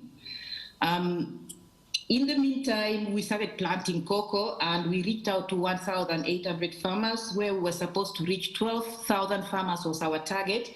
But again, financing became an issue. All right, So Pamela, that's very impressive. If you could just give 2 or 3 recommendations. Yes, I believe that Uganda can actually exponentially improve the cocoa production if there is a coordination of the work and an injection of capital into research, because I think that's a major area, research. And processing, I was just looking at the numbers recently. If we do processing locally, which is one of my major interests as an entrepreneur, we know that farmers will earn at least $450 to $550 more per metric ton if there's a local industry. But we have to talk about industry, not cottage processors, industry. Right. And also, I mean, the demand for Uganda cocoa is so big because the cocoa in Uganda is particularly a wonderful flavor. I am in Belgium and I've been working in collaboration for a long time with a Belgian company that does 80% Uganda chocolate. And there's no mistaking how Uganda can grow. It is a high potential area. So I believe now, right now, I'm doing a baseline study for FAO. FAO is not in this meeting today, but it's about marketing, branding Uganda chocolate. And I think that we can grow as fast as Ghana grew and probably overtake Ghana. I had the ambassador there was talking. And we have an opportunity in this particular moment. During COVID, everybody continued to eat chocolate. So it is a market that is going to continue to grow, and I believe that a focus and a better coordination between all the institutions, between all the stakeholders is going to be the key issue here, and that probably requires, you know, some strategic activity to be carried out between all the stakeholders, and we just focus in our attention. I believe in the Uganda cocoa, but because I am completely engaged with the market and I know what it's like. So that's all I have to add for the moment. Thank you. Thank you very much, Pamela. Thank you so much, Pamela, for that comment. In fact, before we go to that, I was very impressed with the fact that she said when COVID came, everything was disrupted, the people continued eating chocolate. In fact, I think it brought some relief to some communities, isn't it? Yeah, thank you so much, everyone. My name is Emmanuel Kauz from Mayuge district. I just want to put across one fact that has not been mentioned about cocoa. And anyone watching us today, and everyone here, should embrace it. Unlike other crops, cocoa every day is harvesting day once it starts fruiting. So whoever wants to invest in cocoa, that should be on top of the agenda. Then two, Honorable Baba has talked about demonstrations. I would like to kind of like pride that as Pamayuge district, we've set up a demonstration because we are one of the key districts producing cocoa. We have a district demonstration for cocoa. And then also, this goes to our development partners. You see, cocoa is a specialized crop that requires specific extension. I would love to implore all of us that are investing into cocoa promotion that we need to look at that area of cocoa-specific extension because many of our extension workers do not know cocoa properly, and our farmers are missing out. Thank you so much. Thank you. We'll just take two more. Gabriel, we'll just give one of the panelists to address this issue. Just I want to thank you for this opportunity. I want to thank the guy from Mayuge. Actually, the first cocoa plantation I saw was in Mayuge in 2007. The then Vice President, Professor Gilbert Bukenya, sent me to represent him at a function in Mayuge. And on my way there, I had to stop the car, come out, and go and visit that cocoa farm. I don't remember the exact place, but it's the best cocoa field I ever saw, not even the ones I saw in Ghana or Cote d'Ivoire, Ivory Coast. Then I was wondering, why are we poor in this country with this kind of quality of cocoa? So keep that demonstration going, and I will ask Alice Wakuba to please organize trips there for exposure for people to see. Mayuge is one of the, and the other one is Hoima and Kagadi. Excellent cocoa plantations that are coming up. And they are not very old. 10, 20, at most 15 years old. So this country can grow this crop and we can defeat poverty with this kind of crop if we spread it around. Thank you. Thank you so much, Honorable. Over to you, Gabriel. Yeah, very brief. Thank you very much. Kangave Alice. I wish we can take the cocoa out of this room. True. There is no publicity about these crops we are talking about. People don't know. The agriculture officers don't know. The farmers just think, cocoa, what is it? What? Can we take cocoa out of these rooms, please? More publicity, we shall move. Thank you very much. I'll allow only one more comment. Oh my goodness, the number of hands. Do you promise to make it brief? Thank you very much. My name is Daniel Ojambo. I'm from the Private Sector Foundation, Uganda. And indeed, this is one of the priority subsectors that we are looking at. But importantly, I just have one comment on market information. The fact is we are going to excite our young people about cocoa production, but then cascading down the information, just like the previous speaker put it across, is sort of kept in this room, kept in a small place somewhere. I just encourage us to find a way of publicizing this information and then map out players. For that, there is connectivity and coordination, just like the other speakers just put it across. Thank you. All right, for my safety, I will take that hand over there, but please be very brief. Kasgati Grace, working with NAD Secretariat. I just wanted to emphasize the issue of moving out the information from the boardrooms to say that we need to do a deliberate effort to do enterprise selection. Enterprise selection is very key through many of our extension workers, and then the commodity will be well popularized. So enterprise selection is key. All right, Sandra, back to you, but I'd like to let you know that Dr. Mukulu would like to say something at the end. Sandra? All right, I want us to quickly conclude this conversation. So, Gabriel, I will give it to one of our speakers. Take it away. You have, I mean, once you get the front seat, you get the opportunity to always chip in, so take it away.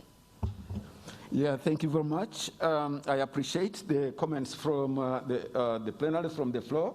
Just two things, two or three. The first one, yes, we need to intensify publicity. At the ministry, we're not doing nothing. What Dr. Mukulu spoke through, the history, is just from this book. We have also done a curriculum. So if we want to invest in follow-on activities, these are the opportunities. So we have this manual, we need to update this manual for frontline extension workers. The curriculum for cocoa training extension workers is also developed courtesy of Swiss Contact. We appreciate that. The other two issues from Mama Pamela, yes, on research, it's important that we need to invest in research. We are still planting and growing those old cocoa varieties. We're still growing the Upper Amazon, the Trinitario, the Amelnado. We need improved cocoa varieties which are quick maturing, which are tolerant, and which are resilient, maybe which can resonate well with climate-smart agriculture. Then the issue of processing. Yes, Mama Pamela is against the idea that we should promote cottage industries. I want to digress a little bit from that view. The volumes we have right now cannot support commercial cocoa processing in Uganda. If you want to establish one commercial plant in Uganda, you need 100,000 metric tons of cocoa beans per year. But we are at 41,000. So I want to conclude that what we need to do, yes, encourage small-scale processing. For example, we have Aragaki here at Namuongo. They're producing chocolate, so we need small-scale processing, and we gain the experience. Thank you very much. Thank you so much for those your thoughts. Ladies and gentlemen, do give our panel of speakers a round of applause for helping us understand the topic today, cocoa growing. We've had Honorable James Baba, and we've also had Alex Rakuba, who is the Commissioner of Crop Production, Mr. Constantine Bwambale, the Chairperson, Uganda Cocoa Association, and also Mr. Fred Muhumza, who's an economist and has given us a clear idea, a brief idea on what you put in and what you get out. We've also had Mr. Renard Nicholas, the Program Officer, Private Sector Development and Trade. Now, this is a conversation that we can carry on. We would want to carry on for the next 2 or so hours, but I ask that we keep this conversation on our Zoom as we send in our questions. But again, I ask us, ladies and gentlemen, let us transplant all these ideas that we've discussed here into the garden. Let's publicize, let's talk, walk actually the talk. Let us not stop at talking. Thank you so much for being part of this panel discussion. Over to you, Gabriel, to take it over. Thank you. Mine is a quick one. You've come back to take an appeal and to thank participants. Ladies and gentlemen, I thank you for receiving my presentation. Clap for yourselves. It is hard to present something and you are not contradicted, even by the panelists. Finally, this is an appeal to Parliament, to the Ministry, and I think to the European Union and to Swiss Contact. All these ideas can be well packaged and put into a national cocoa strategy. If that one is developed, the budget will be seen. Thank you very much. Wish you a nice day. Thank you very much. And thank you, our panelists. You can resume your seats. Let's appreciate them as they go back to sit. And please join me in appreciating Sandra, who moderated this panel.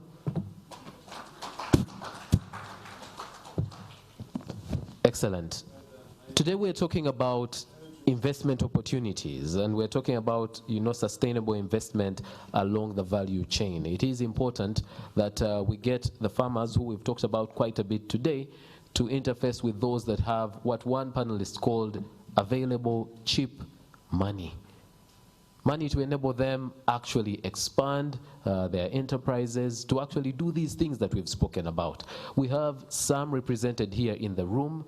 Time will not allow for us to hear from each one of them, and so I'm going to give opportunity to just 2 impact investors and financiers. I will start with someone from Pearl Capital Partners. A representative from Pearl Capital. I'm sorry, we can only allow 3 minutes, so if you could come.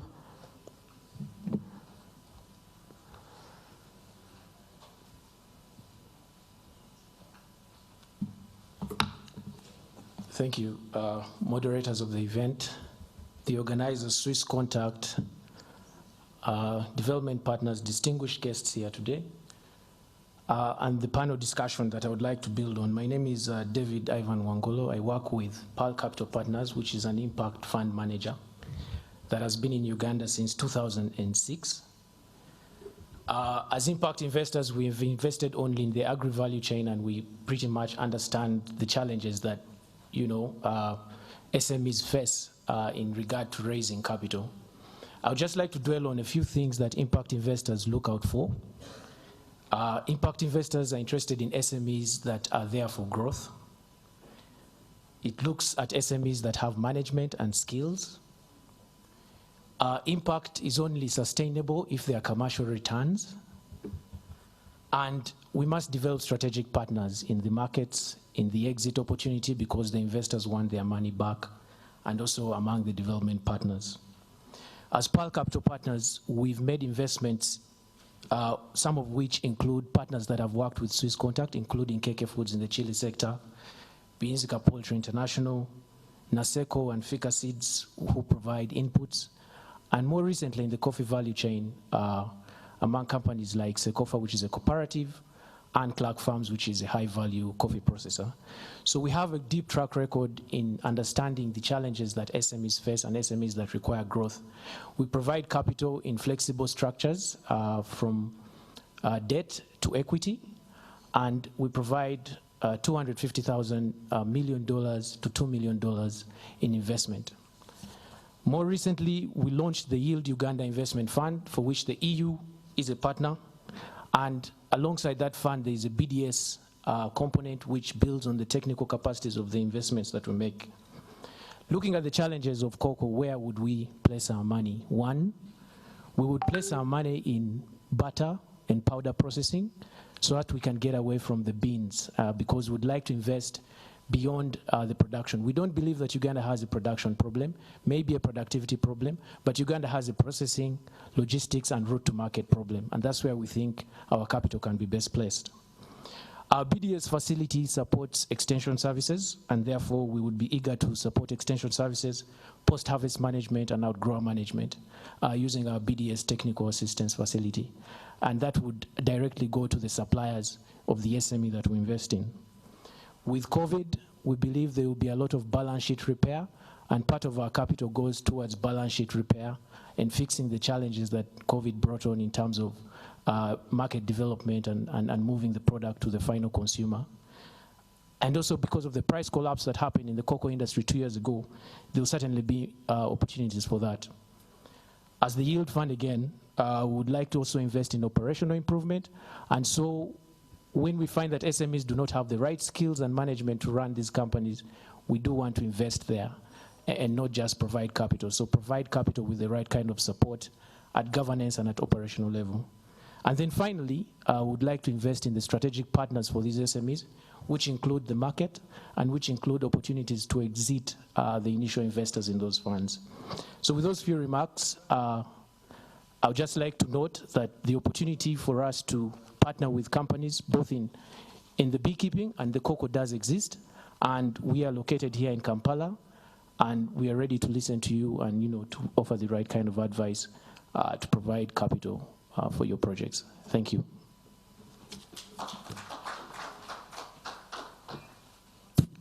Thank you very much, and it's important to emphasize that the investment opportunities or the you can access this money for both the cocoa and the beekeeping sectors. So I know we haven't yet spoken about beekeeping. We're going to do so in a very short while. I'd like to have a special mention of Finchurch Aid Investment.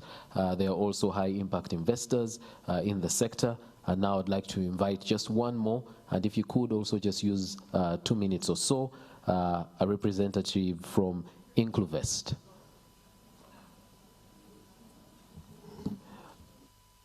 Those who are present physically, at any point you can take a cocoa or honey break. Our help desk is still there. You can get yourself something to drink to bring the energy levels back up. Welcome.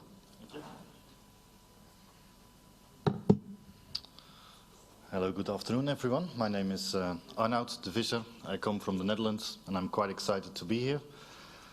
Today I'm representing 2 organizations. One of them is a development organization, and we closely work together with Tornado. So I've heard many questions coming around today, and I really recommend that you also contact my good friend, the ED of the national apex body of the beekeeping business in Uganda, Mr. Dixon. He's here. Because I feel that he has ample understanding of what's needed to really make a sector thriving. And that's what we've done for the last 5 years. And also, the second organization that I'm representing today is an impact investment fund. Much of the things being said today really link to what we're doing. And I'll just briefly mention a few items that we feel is needed for companies to be investment ready. So our impact fund, it's called the Fair Factory Development Fund. The name says it all, I think. We do equity investment in agro-processing companies. So we actively look for processing factories that do work, that source their raw materials from smallholder farmers. And we take a long-term vision with the owner or the owners of the company. So I'll briefly mention 5 points that we feel are extremely important for successful impact investment. The The first one is that we look for values-driven entrepreneurs. I feel that if people are just after money making, you're in the wrong business. If you really want to make a difference in this sector, in the cocoa or beekeeping industry, you need to be understanding that the relationships with the beekeepers, the cocoa farmers, need to be mutually beneficial. So you need to look for a values-driven entrepreneur that understands that there is long-term interests. Secondly, of course, you need to look into strong management. What we see in our investees companies is that people have to have a good track record, so a proven business concept, but also a long-term track record. As said, our investment fund only invests in companies that source from smallholder farmers, so that is also a conditioning. And I think that to become a good investee, you need to have a balanced portfolio of clients. Some issues were addressed already on the market. I think the demand is high, quality from Uganda is good, but you need to work on your major client portfolio. And secondly, of course, and it sounds easier than it's done, you need to be a healthy and a strong company that's financially viable, so a healthy finance of the company. So to require a strong business case demands just more than than being in the right sector. It also asks for a right setup of a company, and that's amongst many other things like a clean balance sheet, etc. We provide equity for a long term, so 7 to 10 years horizon, and our ticket size is anywhere around 500 to 2 million euros, which quests for a serious company, of course. There's much more that I could elaborate upon, but I feel that the sector, the cocoa industry in Uganda, really needs to collaborate much more with the apicultural sector. So let me just leave you guys today with the invitation to strongly start cooperating with beekeeping, because that is beneficial to many of us. Thank you very much.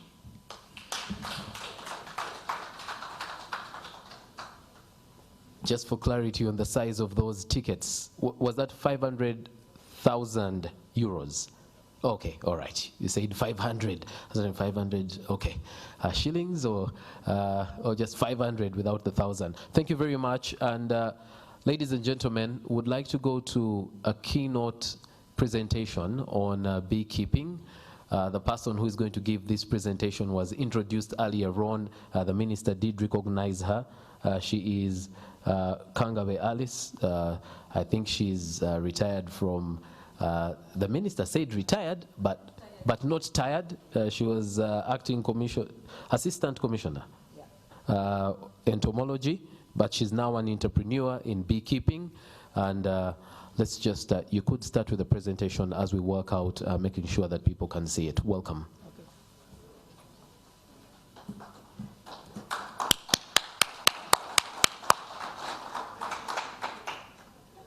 Thank you very much for giving me this chance. First, I want to greet you. Good afternoon to you all. Good afternoon to you all. Good afternoon to you, please. Good afternoon. Good afternoon. Yes. I'm Kangave Alice. I've just retired from government as an assistant commissioner, productive entomology.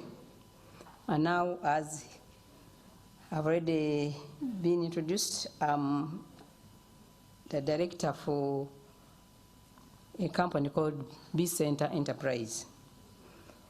I'm going to be very brief.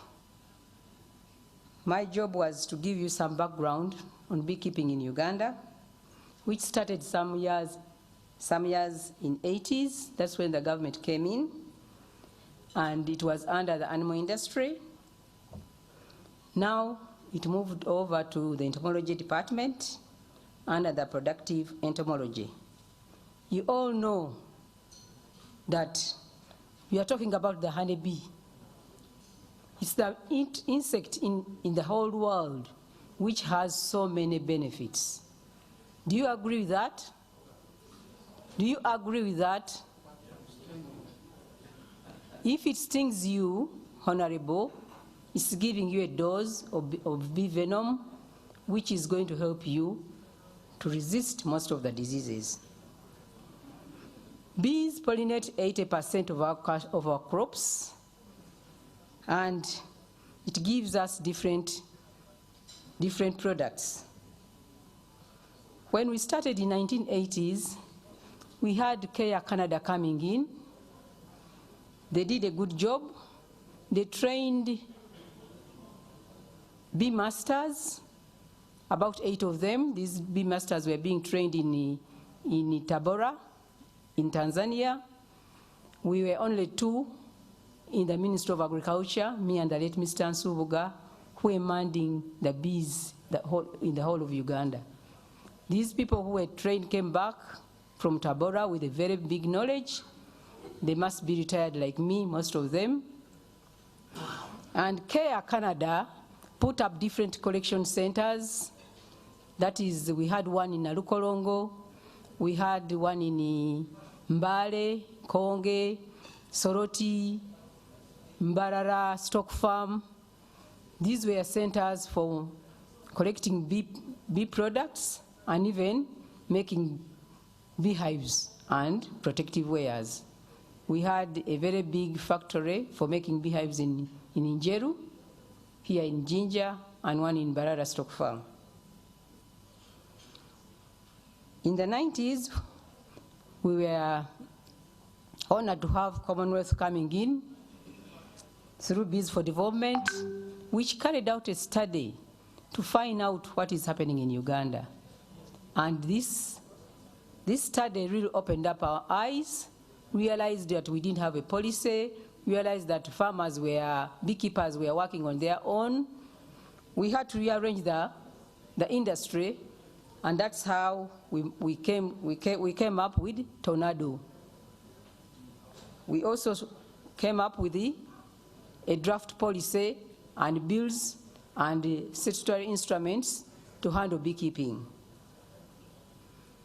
Having had Commonwealth coming in, UNIDO, United Nations Development Organization, came in to look at the market.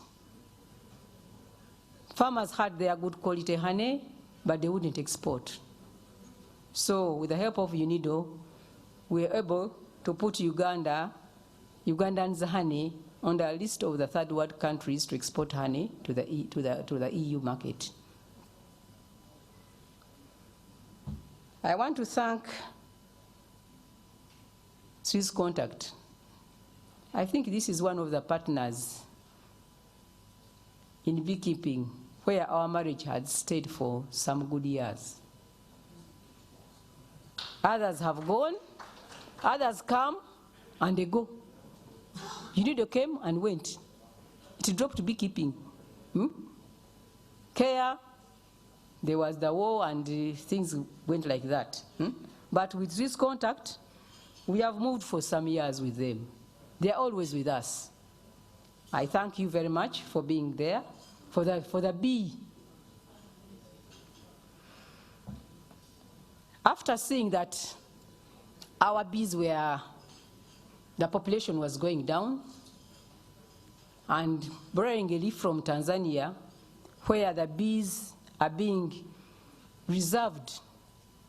They have forests as bee reserves, acres of forest just to reserve the bees.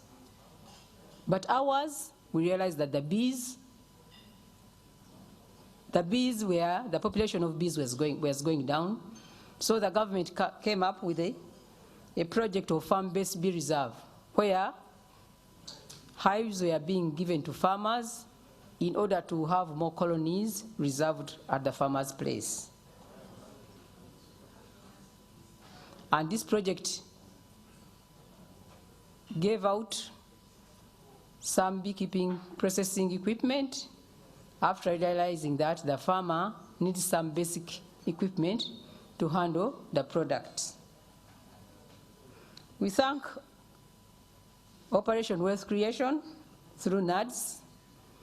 More equipment, more beekeeping equipment was given out, including beehives. And also thank Vegetable Oil Project for taking up the beekeeping to be part of their package. You all know that a lot of coffee seedlings are being given out. They give out coffee seedlings, they give out fertilizer, they give out irrigation, whatever, but the bee, the pollinator is not there. We are still talking to the Coffee Development Authority to see that let us have the bees, at least a hive, in part of the package, to make sure that the farmer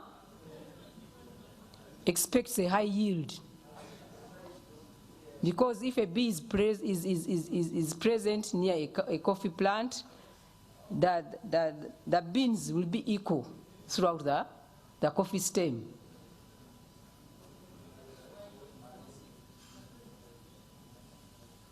We have had some developments, and beekeeping, as the last speaker has said, is moving very fast.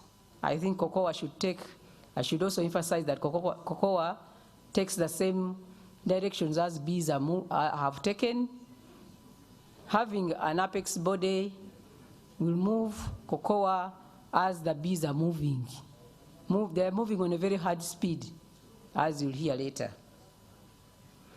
We have been having some constraints in the beekeeping industry.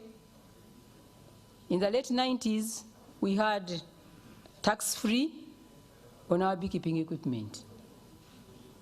But when it came to 2000, I don't know whether there's somebody here from URA, they put back taxes on our equipment. And very high taxes, in that if anybody who wants to bring in something to process our products cannot. We've been crying for that. I don't know whether we need a policy for it. Otherwise, paying taxes for equipment, which is going to add value to our products, is really not good. Another problem we are having is we have different partners. World Vision, so many of them. And some of them are even present here. But there is some uncoordinated movements between these partners.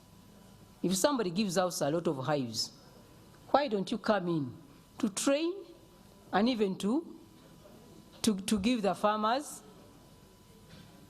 equipment to process it properly? But so many people have gone into giving out hives to such an extent that the products are not well handled. And yet, as the minister said, we are already on the list of countries to export since 2005, but what we are taking to the EU is very little because of quality and production. The bees are facing another problem of cutting out all the trees. We are cutting down trees, and yet we never planted any. People in this room have never planted any trees for those original forests which are being cut down. Leave around the pine and the eucalyptus. We are not planting them, but we are cutting down. And we know that our bees' natural habitat are forests, but we are cutting them down. We are cutting them down. We are spraying agro chemicals left and right. As the plants have flowered, the bees are busy pollinating, moving around. A farmer is busy with his pump on the back, spraying. And the bees are dying. That has led to low production in central Uganda and eastern Uganda, because the ecological imbalances are there. The trees have been cut. We want charcoal, we want to grow a lot of crops, we want industries, we want buildings, we want what? And yet, we are not giving our bees any habitat to live in. So, the population of bees are going down. During the time of UNIDO, still more centers were set up all over Uganda, about 40 of them, where basic value addition is being done. What we need is to see how we can bulk our products. Most people talk of honey and propolis and wax, but we have bee venom. Of recent, it has gone up because of COVID. I'm sure you've all heard of BVM being tested. So if these tests are helpful to COVID, and the bees are not there to give us the bee venom, Honorable, the bee venom, which the bee stings you, it can cure COVID, help you to cure COVID.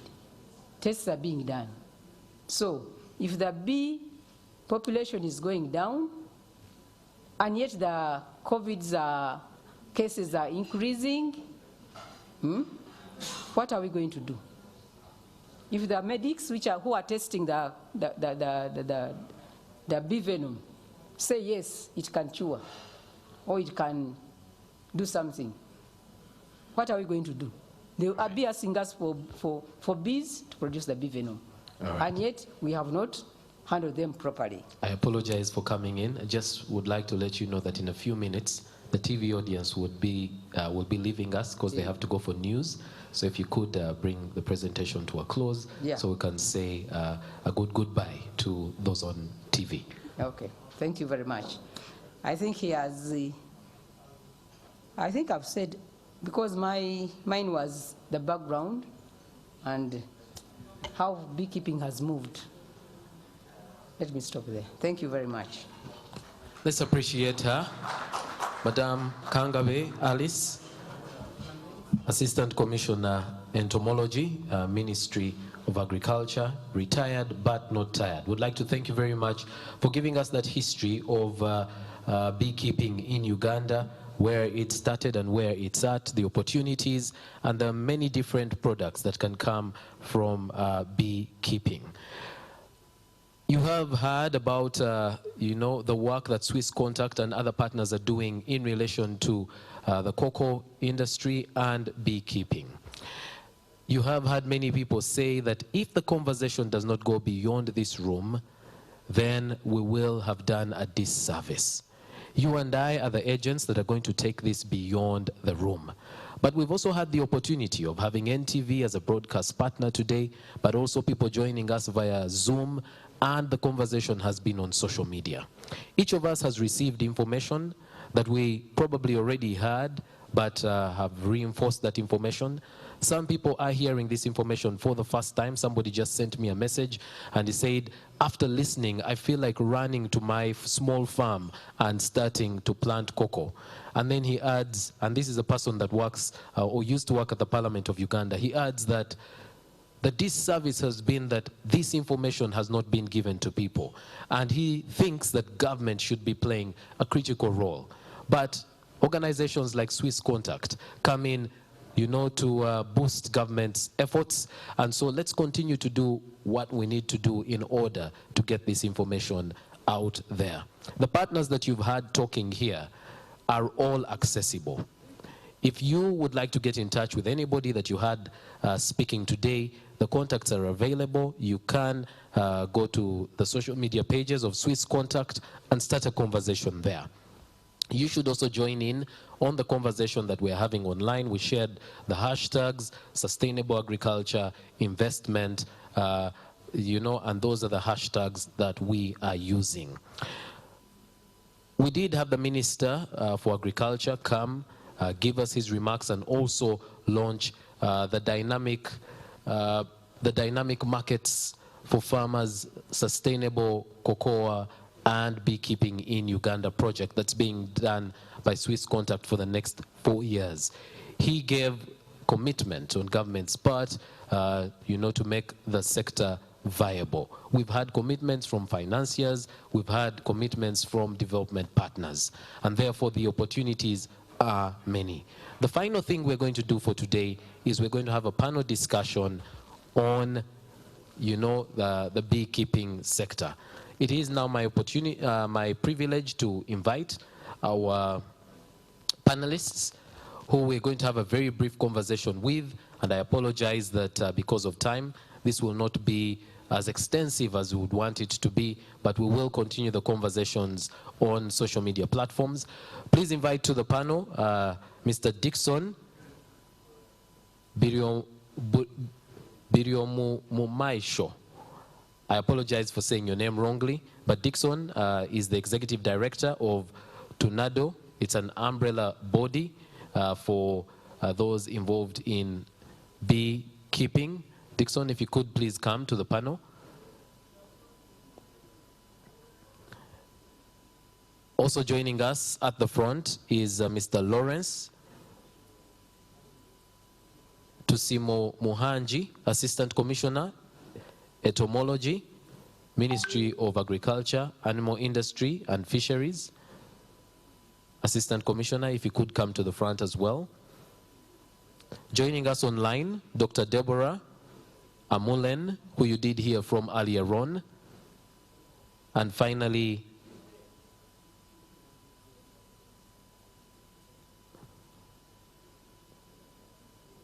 Ambrose Bagari. He's an expert in inclusive value chain development. Let's have our 4 panelists please come. And as our panelists come, I'd like to let you know that beekeeping in Uganda is an important source of livelihood for over 1.2 million beekeepers and several people along that value chain. You have heard how important bees are in pollination, pollinating about 80% of our crops. No wonder that the representative from the financiers did encourage us to have synergies between the beekeeping sector and the cocoa sector. We also know that the national and the international demand for bee products totally outstrips the supply. Therefore, a lot more needs to be done to increase the supply. And we have this opportunity in Uganda. I'd like to come straight to our panelists. I will start with Dixon, the Executive Director from TUNADO. If you could just very briefly let us know what TUNADO is doing in the sector and the opportunities that you see. Thank you very much. As he said, I work for TUNADO. TUNADO is the Uganda National Apiculture Development Organization. It's a national member business organization, and it has a mandate to coordinate the apiculture sector in Uganda. And basically, we facilitate market linkages, we do capacity building, we do advocacy, and we do high-level apiculture promotion in the country. And we were established in 2003 and legally incorporated in 2004. So we are private sector, in other words.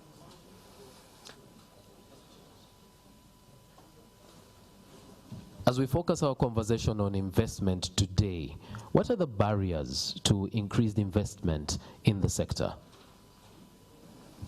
Thank you very much. I think